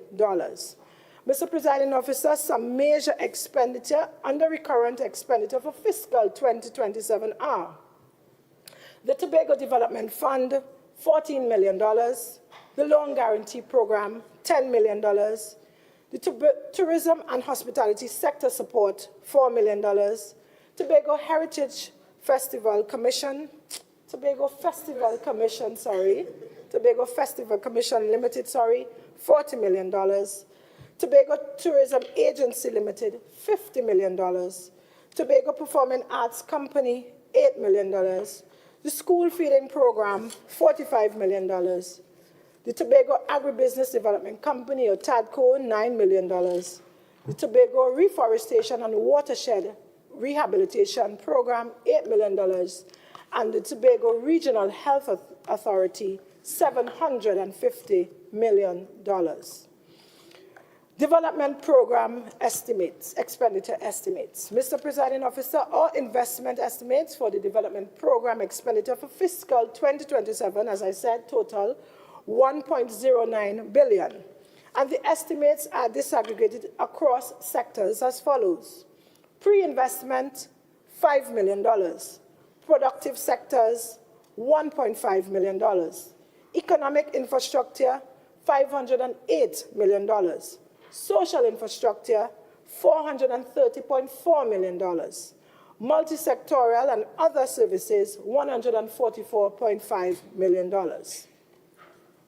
Mr. Presiding Officer, we have also made provisions for the continuation of the Unemployment Relief Program under a new item under the Division of Public Infrastructure and Transportation called Program for Infrastructure Upgrade in Urban and Rural Communities. We have budgeted a total of $91.9 million for this new program in fiscal 2027. The CPEP program remains with a budget of $43.35 million, and this program has been realigned to the Division of Food Security to provide the labor inputs necessary to transform the sector. Mr. Presiding Officer, I now turn your attention to our financing options. Estimates of tax and non-tax revenues collected in Tobago.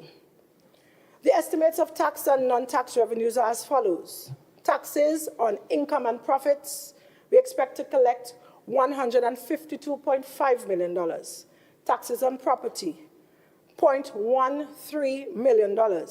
Taxes on goods and services, $59.9 million. Taxes on international trade, $2.2 million. Other taxes, $3.5 million. And that would bring a total tax revenue to $218.2 million. We have other tax brackets, such as property income taxes. We expect to collect a total of $0.4 million. Sorry, $0.04 million. Property income and taxes, again, $0.04 million. Other non-tax revenues, $2.2 million. The total non-tax revenues that we expect to collect in fiscal 2027 totals $2.24 million. Our overall total revenue collection is anticipated at a total of $220.5 million. It is important to note, Mr. Presiding Officer, that our current revenue collection infrastructure and tax administration processes and procedures do not accurately reflect the revenues generated here in Tobago. Mr. Presiding Officer, we are still treating with the reality where significant revenue streams generated here in Tobago are collected in Trinidad in violation of Section 49 of the THA Act 40 of 1996. And it is clear that the solution to this long-standing issue is enhanced legislation and enforcement through the completion of the Tobago Self-Government Project. While it is anticipated that more of our development programs will be funded by budgetary requests, there are some off-budget financing options that this administration intends to aggressively pursue. Multilateral engagements. Mr. Presiding Officer, this administration intends to strengthen its relationships with multilateral funding agencies, such as the Inter-American Development Bank, the ADB, the Caribbean Development Bank, the CDB, the United Nations Development Program, the UNDP, and the World Bank to enhance access to loans, grants, and technical assistance. We are working to build a productive collaborative framework with the private sector through the public-private partnership arrangements designed to leverage available financial resources through IDB Invest. Mr. Presiding Officer, IDB Invest finances projects primarily to advance clean energy, modernize agriculture, and strengthen transportation systems. And they are financing a number of private sector projects in the Latin America and Caribbean.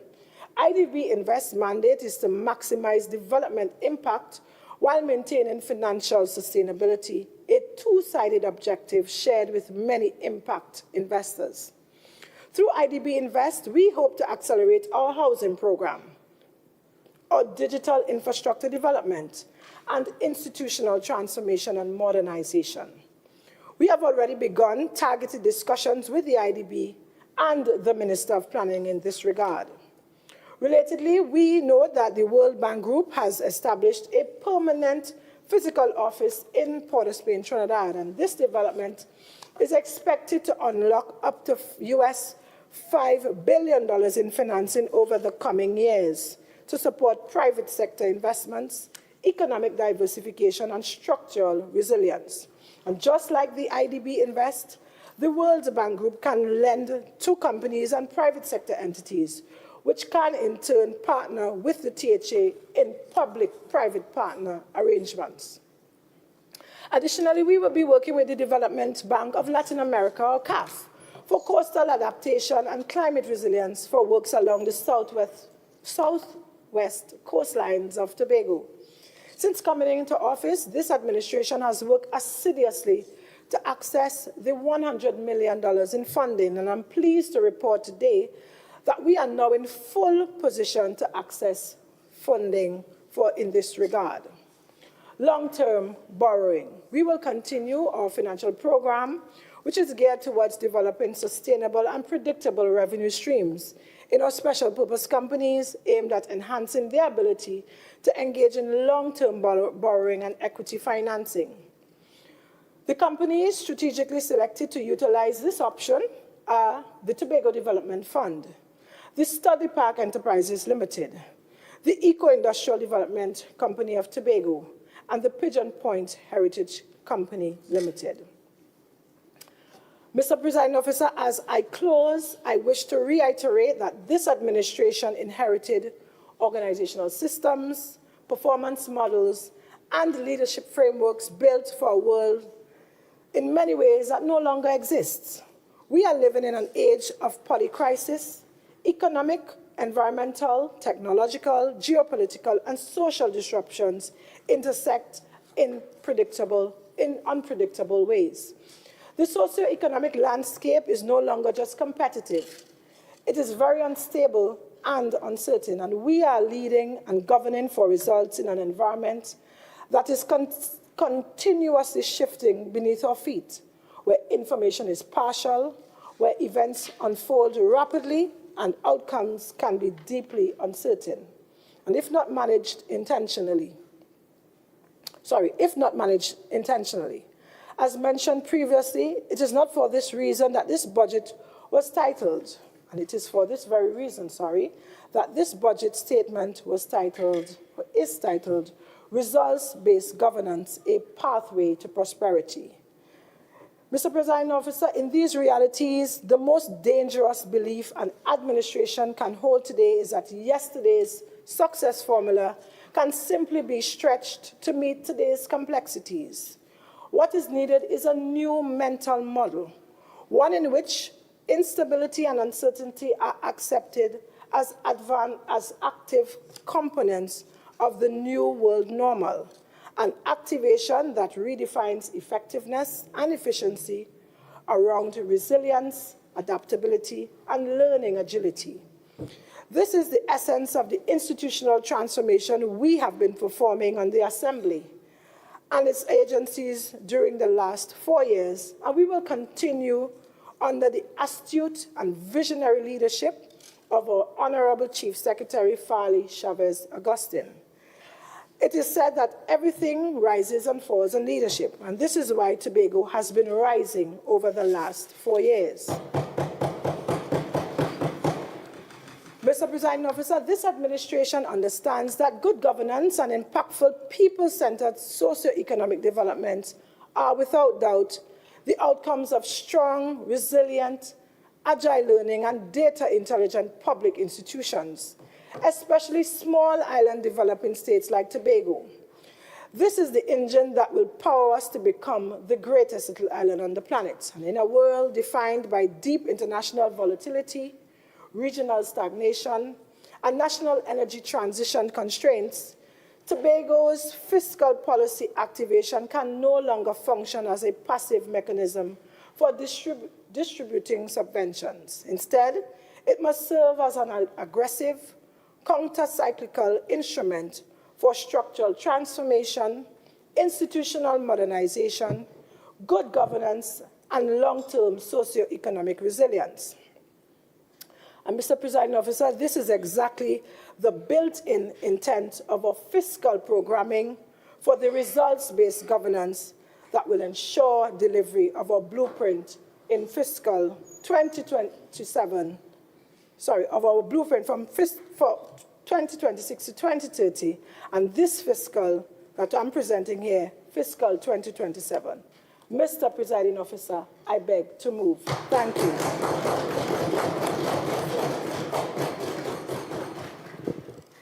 Clerk. Motion for adjournment. Leader of Assembly Business. Mr. Presiding Officer, I move that this House be adjourned to Thursday, 25th of June at 10 a.m. Honorable members, the question put is that this House stands adjourned until the 25th of June at 10 a.m. Those in favor say aye. Aye. Those against say no. The ayes have it. This House now stands adjourned until 25th of June, 10 a.m.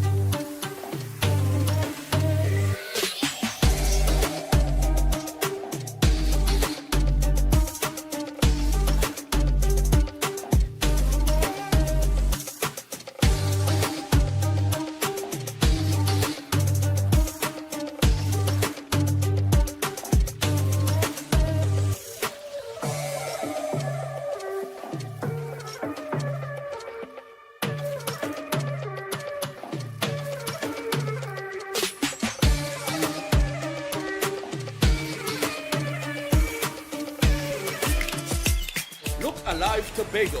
It's time for the Tobago House of Assembly's budget presentation for fiscal 2027. And this one is going to be big. Secretary of Finance, Trade and the Economy, Councillor Petalan Roberts, will lay the first installation of Tobago's official medium-term policy framework blueprint, Pathway to Prosperity 2026 to 2030. Monday, 22nd of June, from 10 a.m., the People's House is the nexus. All doors are open. All channels are clear. You can tune in or come in. Either way, don't miss it as we take another step towards becoming the greatest little island on the planet.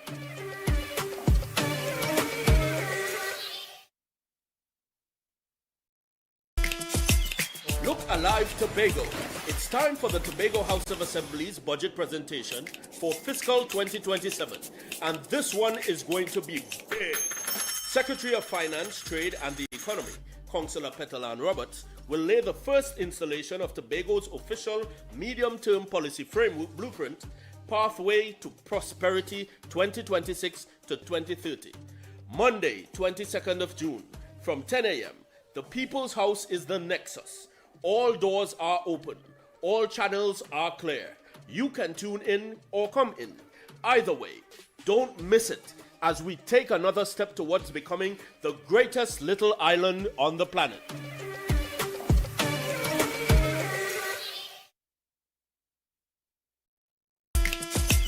Look alive, Tobago. It's time for the Tobago House of Assembly's budget presentation for fiscal 2027. And this one is going to be big. Secretary of Finance, Trade and the Economy, Councillor Petalan Roberts, will lay the first installation of Tobago's official medium-term policy framework blueprint, Pathway to Prosperity 2026 to 2030. Monday, 22nd of June, from 10 a.m., the People's House is the nexus. All doors are open. All channels are clear. You can tune in or come in. Either way, don't miss it as we take another step towards becoming the greatest little island on the planet.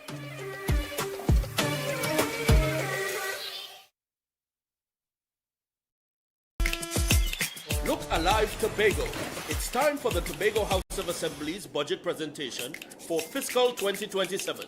And this one is going to be big. Secretary of Finance, Trade and the Economy, Councillor Petalan Roberts, will lay the first installation of Tobago's official medium-term policy framework blueprint, Pathway to Prosperity 2026 to 2030.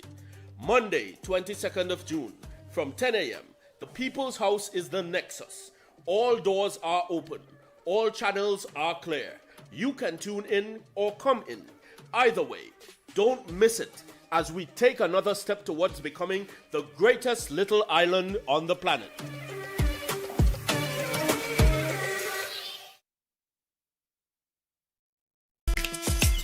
Look alive, Tobago. It's time for the Tobago House of Assembly's budget presentation for fiscal 2027. And this one is going to be big. Secretary of Finance, Trade and the Economy, Councillor Petalan Roberts, will lay the first installation of Tobago's official medium-term policy framework blueprint, Pathway to Prosperity 2026 to 2030. Monday, 22nd of June, from 10 a.m., the People's House is the nexus. All doors are open. All channels are clear. You can tune in or come in. Either way, don't miss it as we take another step towards becoming the greatest little island on the planet.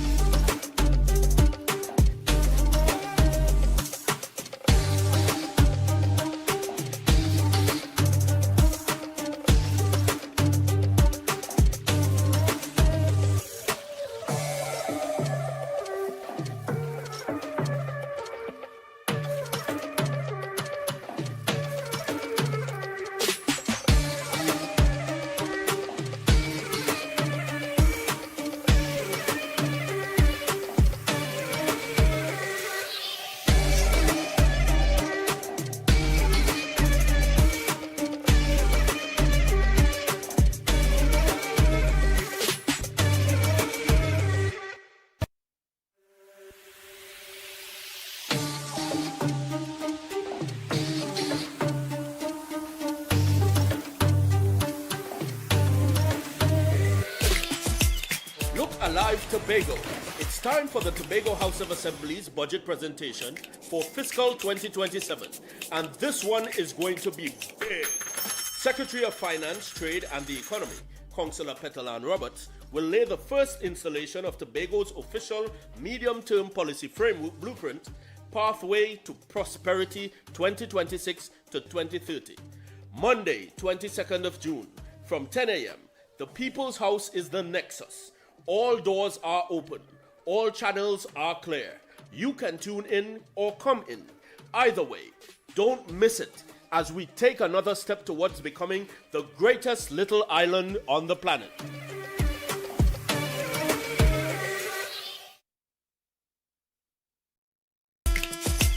Look alive, Tobago. It's time for the Tobago House of Assembly's budget presentation for fiscal 2027. And this one is going to be big. Secretary of Finance, Trade and the Economy, Councillor Petalan Roberts, will lay the first installation of Tobago's official medium-term policy framework blueprint, Pathway to Prosperity 2026 to 2030. Monday, 22nd of June, from 10 a.m., the People's House is the nexus. All doors are open. All channels are clear. You can tune in or come in. Either way, don't miss it as we take another step towards becoming the greatest little island on the planet.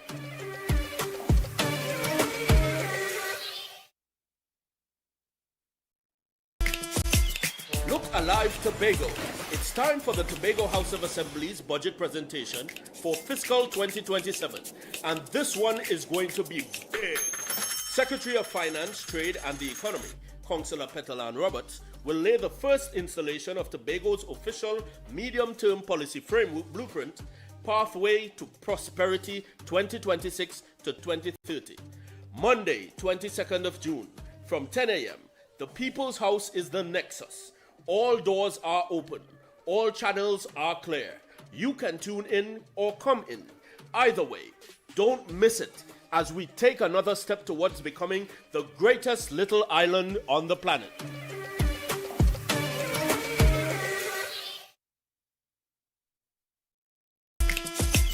Look alive, Tobago. It's time for the Tobago House of Assembly's budget presentation for fiscal 2027. And this one is going to be big. Secretary of Finance, Trade and the Economy, Councillor Petalan Roberts, will lay the first installation of Tobago's official medium-term policy framework blueprint, Pathway to Prosperity 2026 to 2030.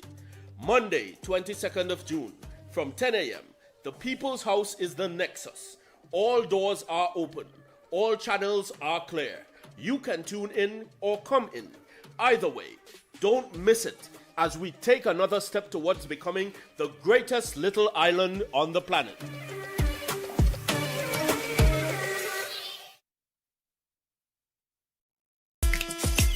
Look alive, Tobago.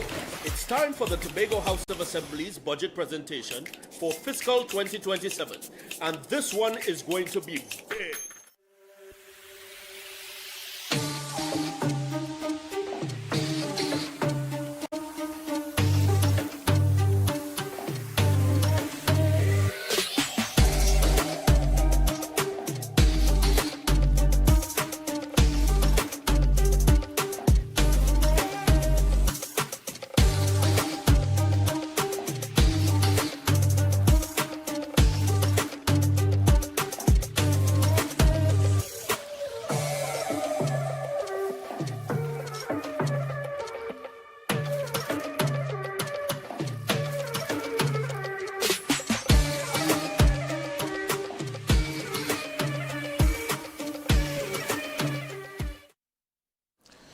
Good afternoon, Tobago. Good afternoon to the Trinidad and Tobago population, as well as those joining us from the diaspora. We have just concluded our budget presentation for the fiscal year 2027, as presented by the Secretary of Finance, Trade and Economy. I want to start by expressing congratulations to Secretary Petalan Roberts, as well as the Assistant Secretary in the said division, Mr. Colonel Alexis. Today, Secretary Roberts presented a budget titled Results-Based Governance. And today, and for the next fiscal year, our focus is on how we can engender prosperity among our people. And so we are having this briefing so that you can ask questions pursuant to the budget as read in the House a short while ago. And before I take the questions, I just want to remind that the budget presentation today is actually anchored on the blueprint. The blueprint is what we presented to the people of Tobago, we campaigned on, and we told the people of Tobago this is what we want to deliver in this 4 years. And these 4 years, the people of Tobago gave us an overwhelming mandate. They accepted the blueprint. The blueprint is really and truly a 4-year plan, which is part of the larger strategic development planning pathway that takes us all the way to 2040. 45. I wish to remind that in the history of the Tobago House of Assembly, usually governments in the first 4 years in office are unable to come up with a long-term strategic plan. We were able to do so in our first 4 years in office, and we presented towards the end of our first 4 years in office the strategic development planning pathway that takes us to 2045. This replaces the CDP 2.0, and the CDP 2.0 expired since about 2017. 2017, that was the last time Tobago had a strategic development plan. That expired since about 2017. We spent 5 years with a former government. We did not get a long-term strategic plan, and we were able to come up with one within our first 4 years in office. And the blueprint etches out the first 4 years of that strategic development planning pathway. And so we are sticking to that blueprint as we presented and campaigned on. We have made that government policy that we are working towards enacting. And today you are seeing the first of 4 installments of the blueprint that is to take Tobago to that place where we can truly boast about being the greatest city island on the planet. With that, we will take your questions. And I presume, as handsome as I am, your questions will be more directly directed to the more beautiful Secretary Roberts. So, yes, thank you. Secretary Roberts, on your third Yes. finance. Thank you. What I wanted to know, Let me switch. Sure. what I wanted to know from you or the Chief Secretary, Liz Williams, TV6 News, I-95, and the Express newspaper. Sorry. Yeah, big what, girl? Okay, Mr. Chief. Yes, what I wanted to know from you, I know you spoke about the tourism thrust, and you spoke about the various initiatives with artists, etc. Yes. The Tobago House of Assembly over the years have been doing so much for Tobago's tourism, but then there's the situation with Caribbean Airlines. After all the marketing and all that Miss Hackett, is doing for tourism, then when you're trying to get a flight from Cal, you're not getting that flight. And how will this situation, this has been long-standing. I've been in the media for over 30 years, and this has been a long-standing situation from various airlines, and it has not been addressed. What is the Tobago House of Assembly going to do to address this?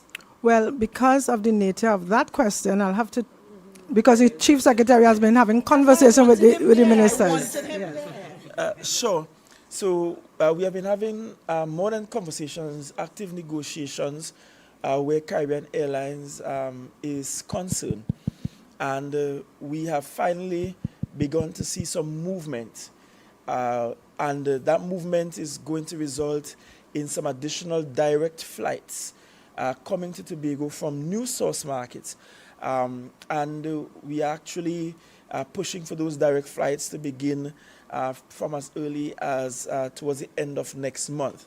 But a final date will be announced by the Minister of Transportation and myself after we finalize the arrangements. So I don't want to give a date and we are unable to meet that date. Of course, well, I can tell you though that the negotiations and more than negotiations, where we're at is direct flights coming from Toronto to Tobago. So that should be onboarded soon. We also looking at Ogle in Guyana to Tobago. We are also looking at Miami direct to Tobago.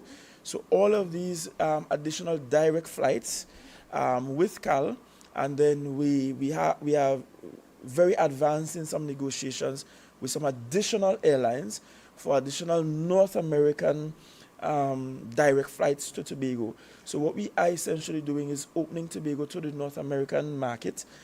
We recognize that when we look at tourism in the Caribbean, that North America makes up a substantial part of the source market, as opposed to the traditional UK and European market that Tobago has been stuck in for a very long time. So we are in the process of opening Tobago to North America particularly, and to at least one new destination in the Caribbean. Those conversations are advanced. When I say advanced, they're advanced to the point that the funding for the marketing and so on of those flights have already been released to TTAL, released since the month of May. So that's how advanced those are. But I await some directives from the Minister of Transportation, who now has responsibility for Caribbean Airlines, so that we can close this arrangement. When that happens, more than likely we will jointly announce the date of those arrangements. But that will certainly help. Let me add in the mix, I saw an article, I believe it was sometime over this weekend, where some visitors writing in the newspaper were complaining bitterly about the quality of the accommodation on island. They were impressed as always with our natural beauty, but the quality of the accommodation has been a long-standing issue. And if we are to be competitive, then we must be honest that Tobago does not at this time possess any 4 or 5-star resorts.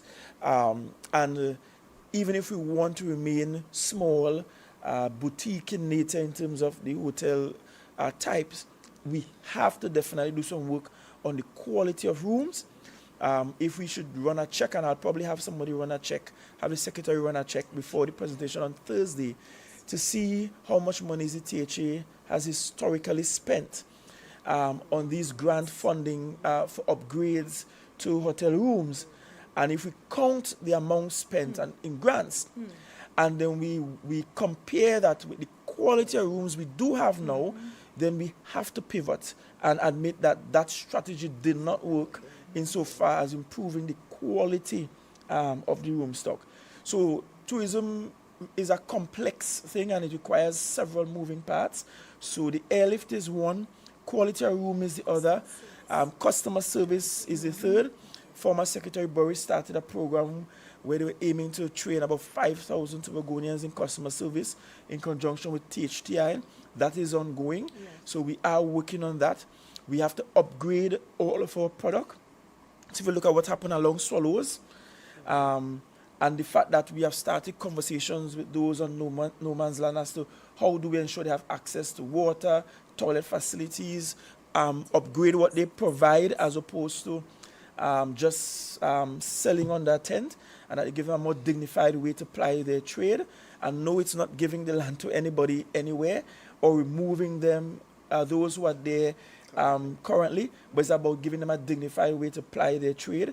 You heard in the budget about Storbay, and we're doing Storbay consultations with we had under our last tenure with the stakeholders and those who sell in particular at Storbay, about how we convert that into a premier sort of beach club, including them there, improving the facilities that they have to sell out of. We look at all of our beach facilities that require upgrade and work.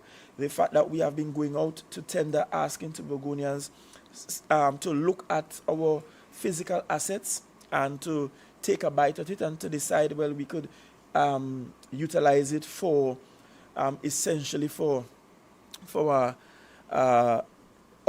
private development, private enterprise. So we did put out Mount Dillon Hill, Flagstaff in Charlottesville. We had our Rockley Bay down at Lambo area there, and a couple other areas, some of the forts. You know, just trying to see if the private sector wants to take a go at it. Yeah. And so that's in the evaluation stage. But all of these things I just spoke about is part of a larger plan as to how we can move the needle where tourism is concerned. Are you worried at all, Mr. Chief, that the constant state of emergency is affecting Tobago's tourism thrust? What are your feelings? My feeling is that our tourism, for tourism to improve, it is beyond a state of emergency, to be honest. I don't know that the state of emergency has done damage to our product in the way our unpreparedness has done when it comes to our product, to be honest. And so we have to do more than that. State of emergency or no state of emergency, what is really required is improvement in our product, significant investment in our product and in our space. And this might be an opportune time for me to say to Tobagonians that we have to open ourselves to investments. And of course, the job of the THA is to protect our environment, to protect indigenous craft, and protect indigenous businesses, to protect indigenous spaces. But at the same time, we also have a job to encourage and facilitate foreign direct investments and investments from the private sector, large, medium, and small, in our plant across the region. And this is the most tourism-dependent region in the world, barring none, given the impact of tourism on our regional GDP. You will see that it's really private sector investment that's driving those industries, tourism industries. It's not the government job to go out there and build hotels, or to go out there and build every beach bar, or to go out there and build every bar and restaurant. That's not the government's job. The THA tried that with Manta Lodge and Sanctuary. And as far as I'm concerned, that was a failed project, a failed venture.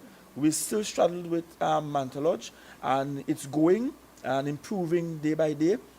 Sometime, I think last fiscal year, I was asked a question in the House, and I reported on the losses then. Sanctuary went out for requests for proposals. They did receive a number of hits, and those are being evaluated as we speak. Some of the hits included public-private partnership options. Some were requests for outright purchase, but those are being evaluated, and after they're evaluated, then a decision will be made which way we will go. So I don't want to hug the mic. I will give the mic to someone else. Sure. Just one last thing I want you to look at, Sure. and I was talking to Mr. Kerr about it before, is the Pan in School situation. Persons would have contacted us saying that since January, they have not been paid. I also got screenshots showing them in terms of updates on their matter. They were told via updates from since January that the paperwork was submitted and payment would be ready. I could show you the screenshots. No, you don't have to show me, because I could tell you what's happening with Panning Schools. Panning Schools, I think, is under the development program at the division. So those who work in Panning School, they don't get paid in the same way teachers or regular staff get paid on the recurrent. And so it's always a long process in terms of how the payments are processed, because then timesheets have to be done. They have to be. What is happening is that some of them have submitted claims that are not verified by the principals. Yeah. They go to the schools and it has to be verified. Come, let's come. So ask the secretary to come. The challenge is that many of the tutors have submitted claims for work done that have not been verified by the principals, and some principals are refusing to sign because they cannot verify. Once you're expending government funding, then you must have the verification taking place, and that is where the sticking points are. Those that can be verified are being processed and will be paid, but many of them, there is no verification by the principal that the work was done, that they actually came to the school and they did the work. So, well, the fact of the matter is that, as I said, as Chief said, the work has to be done first, and then they will send it. One of the things that they did as well is that they kept back all the sheets and they submitted the sheets together as bulk. So when it comes in as a bulk and it's not verified, we have to now go back over the process to the principals so that they can verify that these persons actually work. Some of the principals are having challenges signing the documents that were sent because it's not accurate. So we're in the process now of involving school supervision to ensure that we can verify that the work that they are claiming for was done, and then they will be paid. Right? So it's as simple as that. Now, on a similar matter, Candice Jackson from TTT News, on a similar matter, I'm still hearing complaints from some of the fishermen who assisted with the oil spill that said that even though funds were released for their payment, the payment has not reached to them. Hold on. We have made payments up to. You have made all payments. We made payments sometime up to we made payments up to recent as this year to ATFA. Payments went out about March this year. Payments were made up to March this year. Well, Lambo and they are not. Well, they want some kind of compensation. Right? So Lambo's issue is being resolved now by the Division of Food Security, so they can be assured it's being resolved. They are being resolved. Yeah. Okay, and now in regards to some of the plans in your budget presentation, every year we hear that there has been consultation on the budget, but what specifically that came out, especially from the business community, the private sector part of it, that formed the basis for what you presented today? Sure. Well, I wish that the budget presentation could have presented on every single critical or focal area, but I'll tell you two things that came out at the consultations from the business community. One, it had nothing to do with money. It actually had to do with the process by which we engage contractors. That's the procurement process. And secondly, the settlement of the liabilities. No, I did not include the settlement of the liabilities because we are focusing on the blueprint. And the blueprint sets out some targets. It sets out areas for us to become the greatest settler island on the planet. In this fiscal, though, we do have a plan, a proposed plan for the liquidation of the liabilities. I've shared that with the contractors. We made a payment last week. Last week, the Division of Infrastructure paid contractors for works done prior to 2021. Yes. So the issues from the business sector was basically how do they take advantage of the opportunities for business, because they were saying that they are not being recognized or they're not having opportunities, but there is a procurement process that they must meet. They must meet some criteria. And we even told them we will do some training for you all. They even went as far as saying that they have their own internal training. But we will bolster that, we will support them. But those items were not a part of the budget statement. Now, on Thursday, at the budget debate, you will hear more of the plans. Because if I were to identify and mention everything, we'll be here for about 5 hours. Actually, the budget I had to cut. That's why I have no voice now. I had to cut so many times so that it can be palatable and it's comprehensive. So whatever you don't hear now, we will get further into the details on Thursday's budget debate. All right, and then we see a change into the tourism trust, where we seem to be targeting Community tourism. Right. Just expand on that as just a little bit. How come we are seeing that change now? Well, I think Secretary Hackett may be best to articulate the position of the tourism sector. But if we look at the Castara model, if you were to ask persons in the Castara community who is actually offering tourism or has tourism offerings, they will tell you that their numbers far surpass in the west, in the east, in many parts of Tobago.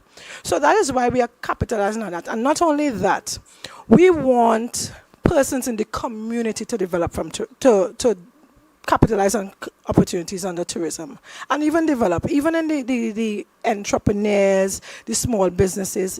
If we concentrate on community tourism, the THA will have less of a burden of the offerings. So we really want the community to Look at even the amenities, and Chief just spoke about some areas such as Speyside, Rockley Bay. We're asking even private contractors to come and look at these areas and build them out. So the focus now, even though the focus is on sustainable tourism, it doesn't mean that we are going to neglect the other strategies that we have used in the past, but we are going to focus on it so that other communities can benefit, just as the Castara model. Before we take the next question, I want to say something else, and that is also about balance. You know, Masha sing the song about balance? Balance. And I'll explain why. Some Caribbean territories only see 10 cents of every dollar spent, tourism dollar spent in their territory remaining in their territory. So while there is a reasonable argument that for the tourism sector to grow, there is need for larger, much more established, well-known brands, as in hotel brands and other tourism-related brands, to be present to help encourage and attract the airlift here. In order for there to be balance, it means that we have to support the tourism at the community level. Otherwise, what will happen is that we will only have big, large, fancy, and the result of the spend there will mean far less circulation and distribution of wealth within the community.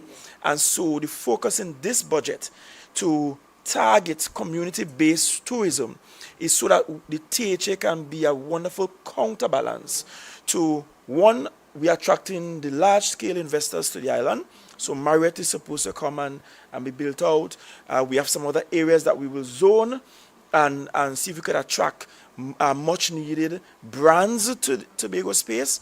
But as a counterbalance to that and to ensure that there is efficiency in terms of the wealth distribution, we are going to ensure that we don't neglect community-based tourism. And what does that look like? You see simple things. For example, in Charlottesville, there used to be what we call the craft market, built since Hot Charles days. You know what we did since we came into office? We repaired it, we fixed it up, and we handed it over to the Heritage Group.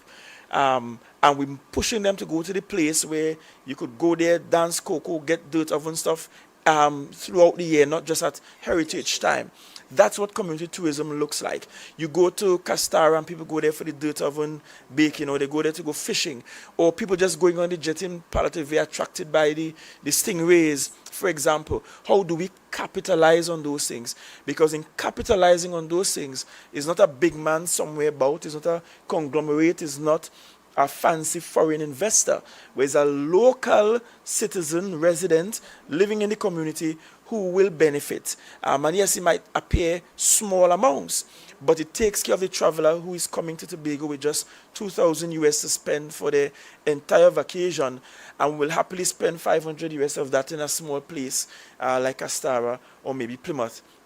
And so the counterbalance, I think, is absolutely needed, and that's why we place a focus on community tourism while at the same time pressing ahead with attracting investors of a larger size and scale to the island.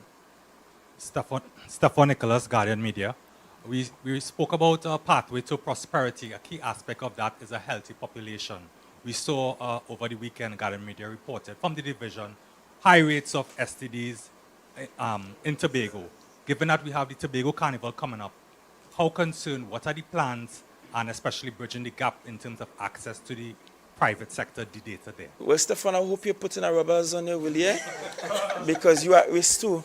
But I could have Dr. Bremner speak about more competently speak about the plans, where that is concerned, yes.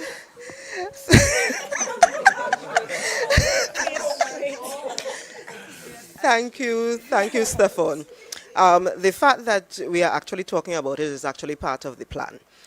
Because we need people to be very aware of what is actually happening on the island and to be conscious of the fact that they are part of the solution as well.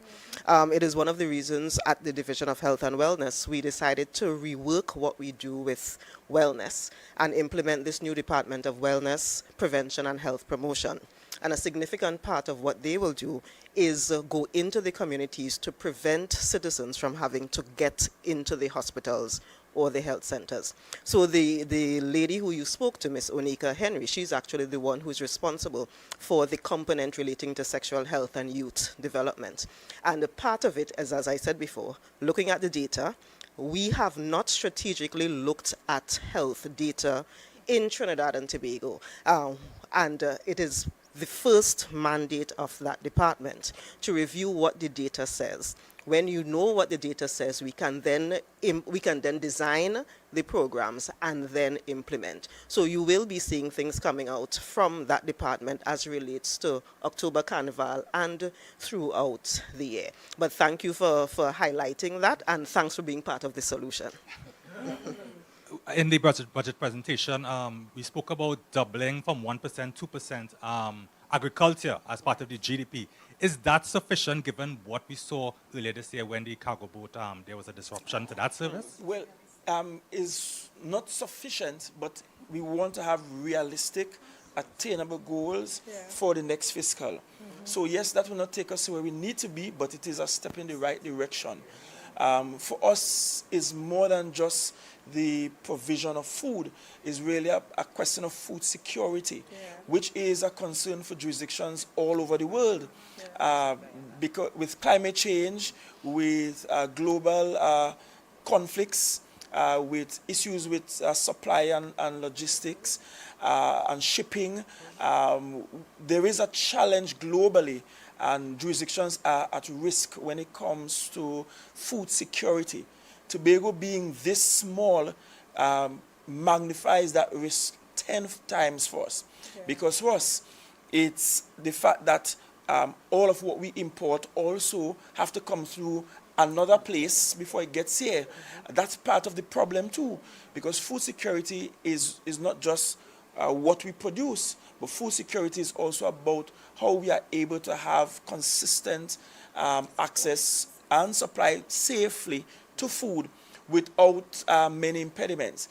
And so part of the food security conversation is not just what we hope to increase in numbers in terms of productivity in our farms, but it also has to do what happens with our port and the much needed port development that we will not give up on as a dream in terms of developing here in Tobago. It has to do with cargo and cargo handling at the airport, and the fact that the old terminal can be used and will be used to facilitate some of that cargo handling. Because as small as we are, we have to ensure that we have a consistent supply, a safe, consistent supply. And our food security has benefits for our friends and family in Trinidad as well. Because we often think of what happens to Little Tobago if Trinidad is cut off. But what if something happens to Trinidad? We should be in a position in reverse to provide support to them. What if there is something cataclysmic that happens at our major seaport or airport in Trinidad? Are we, meaning Tobago, are we in a position to say that we will now be on the receiving end of the majority of the country's goods so that we can in turn supply Trinidad? I think that measure of redundancy is also needed for the country as a whole. And I think as a country, we also have to look at how do we nationally increase agriculture's contribution to GDP. I think it's significantly low given our natural assets. And we have to find a way to improve on that and not be so reliant on food sources, food imports coming from the metropolitan north. And part of that conversation as well is where CARICOM fits into all of this. And how are we setting up an infrastructure that we will get our supplies from other CARICOM territories as opposed to the global north. Those south-south relations that we have ignored to our peril, I think we have to open those doors critically as well. Jewel Green, Tobago Updates Television News, and congratulations, Secretary, on your budget presentation. You did mention, Chief Secretary, that tourism is a complex animal, and this question is for the Secretary of Health. In terms of, not just what the tourists are going to meet when they come in terms of health, but what we're asking is what are we doing since we're opening up that North American market in terms of what the tourists may be bringing in terms of health and STIs, STDs, and HIV and AIDS? How are we going to be tackling that and making sure that that is not something that is an open gate, so to speak, into Tobago? So in other words, we're looking at a Simona case study. We don't want a repeat. Yeah. So what you are talking about is really what when we speak about international health regulations, that speaks to how we marry the movement of people with management of the health of the place they are coming from and the places that they are going. Most people don't know that we actually have a pretty robust mechanism where we have port health officers who are doing screenings. Even when you don't know they're doing screenings and so forth, testing your temperature and so forth as you pass, and you may not even be aware that this is what is happening. So what we've been doing is trying to expand on that while expanding the healthcare service on island to allow us to identify when there is a challenge and to quickly respond.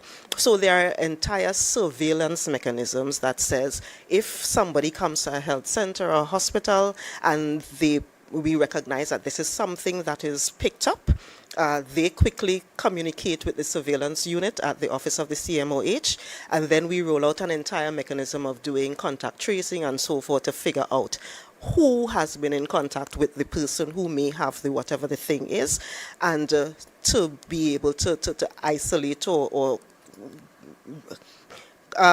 contact trace and ensure that those people are not in contact with others, or at least so that we know who they are in contact with, so that we know how to treat those people as well. So the issue is ensuring that those systems that are already in place are bolstered, because people are going to keep moving. As a matter of fact, we want people to come. One of the things we are also pushing is to thrust for health tourism as well, where we are trying to encourage people who may have whatever it is to come to Tobago to get the kinds of services they may not get elsewhere, or they would prefer to get in a place that is clean, green, safe, and serene kind of thing. And work with that. Yes, and we are actually working with quite a number of the international agencies to get to that point. So the aim is to alert people of the fact that we know that diseases move with people, to bolster the system to allow us to treat with those diseases when they appear, because they will appear, and to help us to respond in a way that meets the international requirements. In terms of food security, we did hear about the mega farm moving from the 1% to the 2% GDP from agriculture, but we are an island of limited mileage.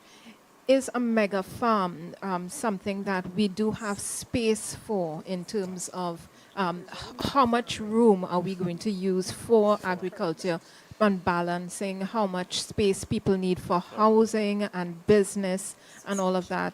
And as well, are we looking into, the farms that are looking at multi-tiered buildings where we looking at, it's set up like car You essentially park? answer the question, because we have been using the expression mega farming as opposed to just mega farms, because mega farming speaks to the outcome we want. Mega farms speak to a specific type and speaks to acreage.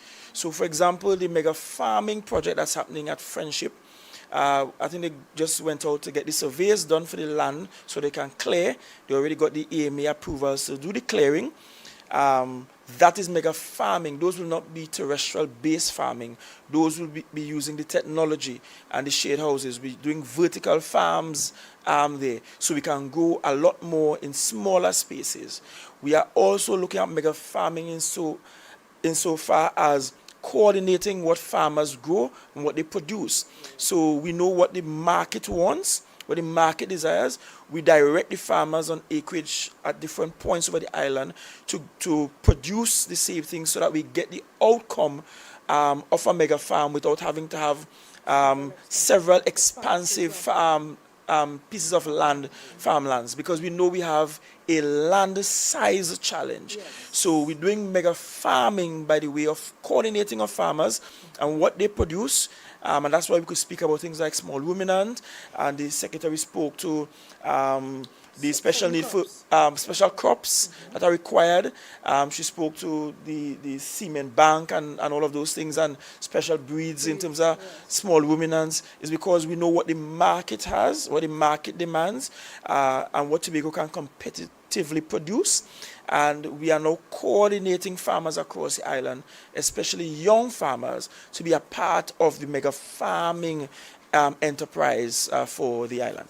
And how are we looking to make sure that when we do have the produce, that it can get to market? Because we're also looking at the issue of Trinidadian farmers coming to Tobago for So it has to produce. be about producing what we can competitively produce. Let's be real, the average Trinidadian farmer, based on just sheer acreage of lands available in Trinidad and economies of scale, they can outsell us on any given day for most products. But you see, when you produce a product where the value add here in Tobago is such that we are cut above the rest, then it won't really matter. So we're looking at areas like organic farming. We're looking at small ruminant, because we know for a fact that the price of Tobago's goat's meat, for example, is way higher than the imported from New Zealand. But Tobago goat's meat sells much faster, even in Trinidad, than the imported, which is cheaper. And that's because there is a value to the brand that is Tobago and a value to the product that we add. And that's why we are being very careful as to what those products would be, so that farmers will definitely find markets for their produce, and that the economy and the growth in GDP will happen subsequently. My final question, Chief Secretary, in terms of HR, we're looking at, how can we boost the HR, because we're looking at 60% being employed with the THA versus the 20% that's in the public sector in Trinidad.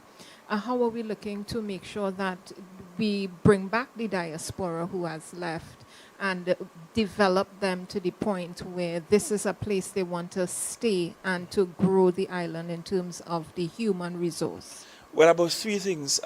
So sometime on Thursday, I'm hopeful I will get the numbers so I can point out in very specific terms what our numbers look like in terms of employment across the island, as in what that number looks like, what 60% really looks like in terms of numbers. And more so, I will also look at how much we have employed since January 1, 2022 to present. Because if we are saying that such a gargantuan percentage of our population being employed by the state is an economic challenge, is not sustainable, I'm afraid that we too are guilty of contributing to that. But coming out of COVID and having to govern immediately post-COVID, then that became a necessity as opposed to a choice that we had.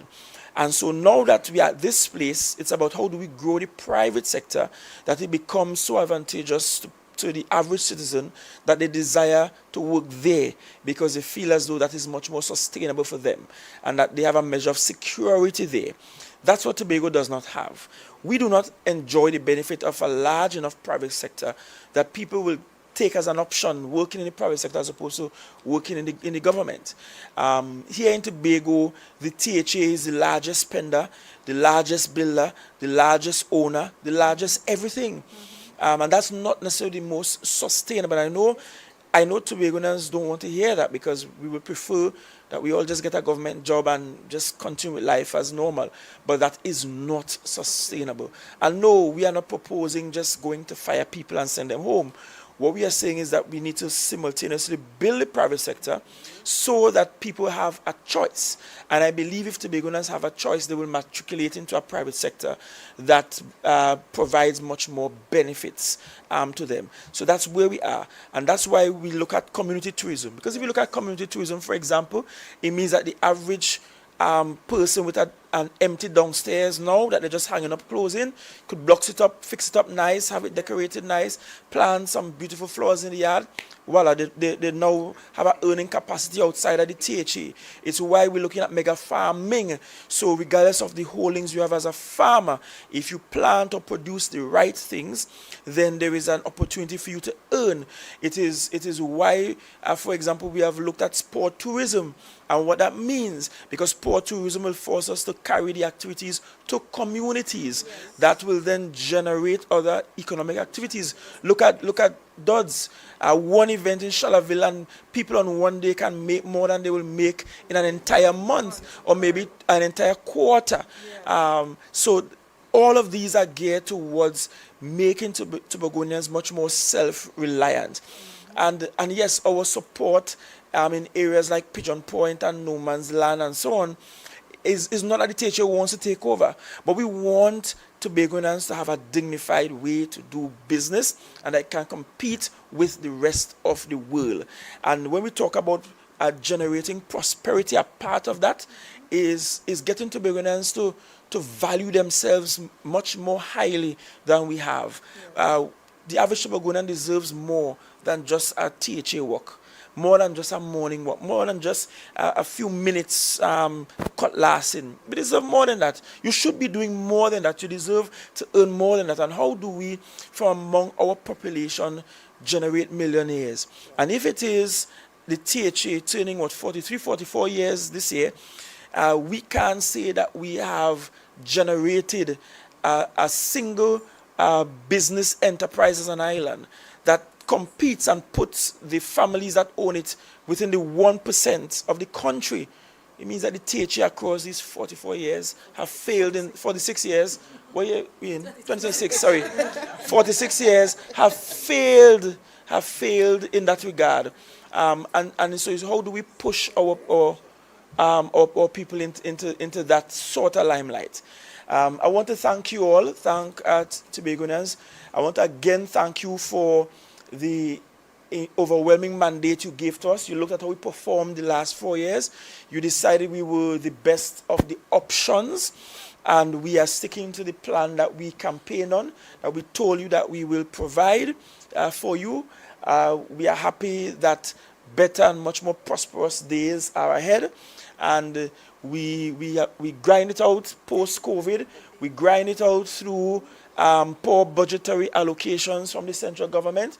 We are at a place where there are some visible fruits to our caucusing in Port of Spain, has resulted in an uptick in what we are offered from the national budget, and the people of Tobago can pretty soon see those benefits in their individual lives.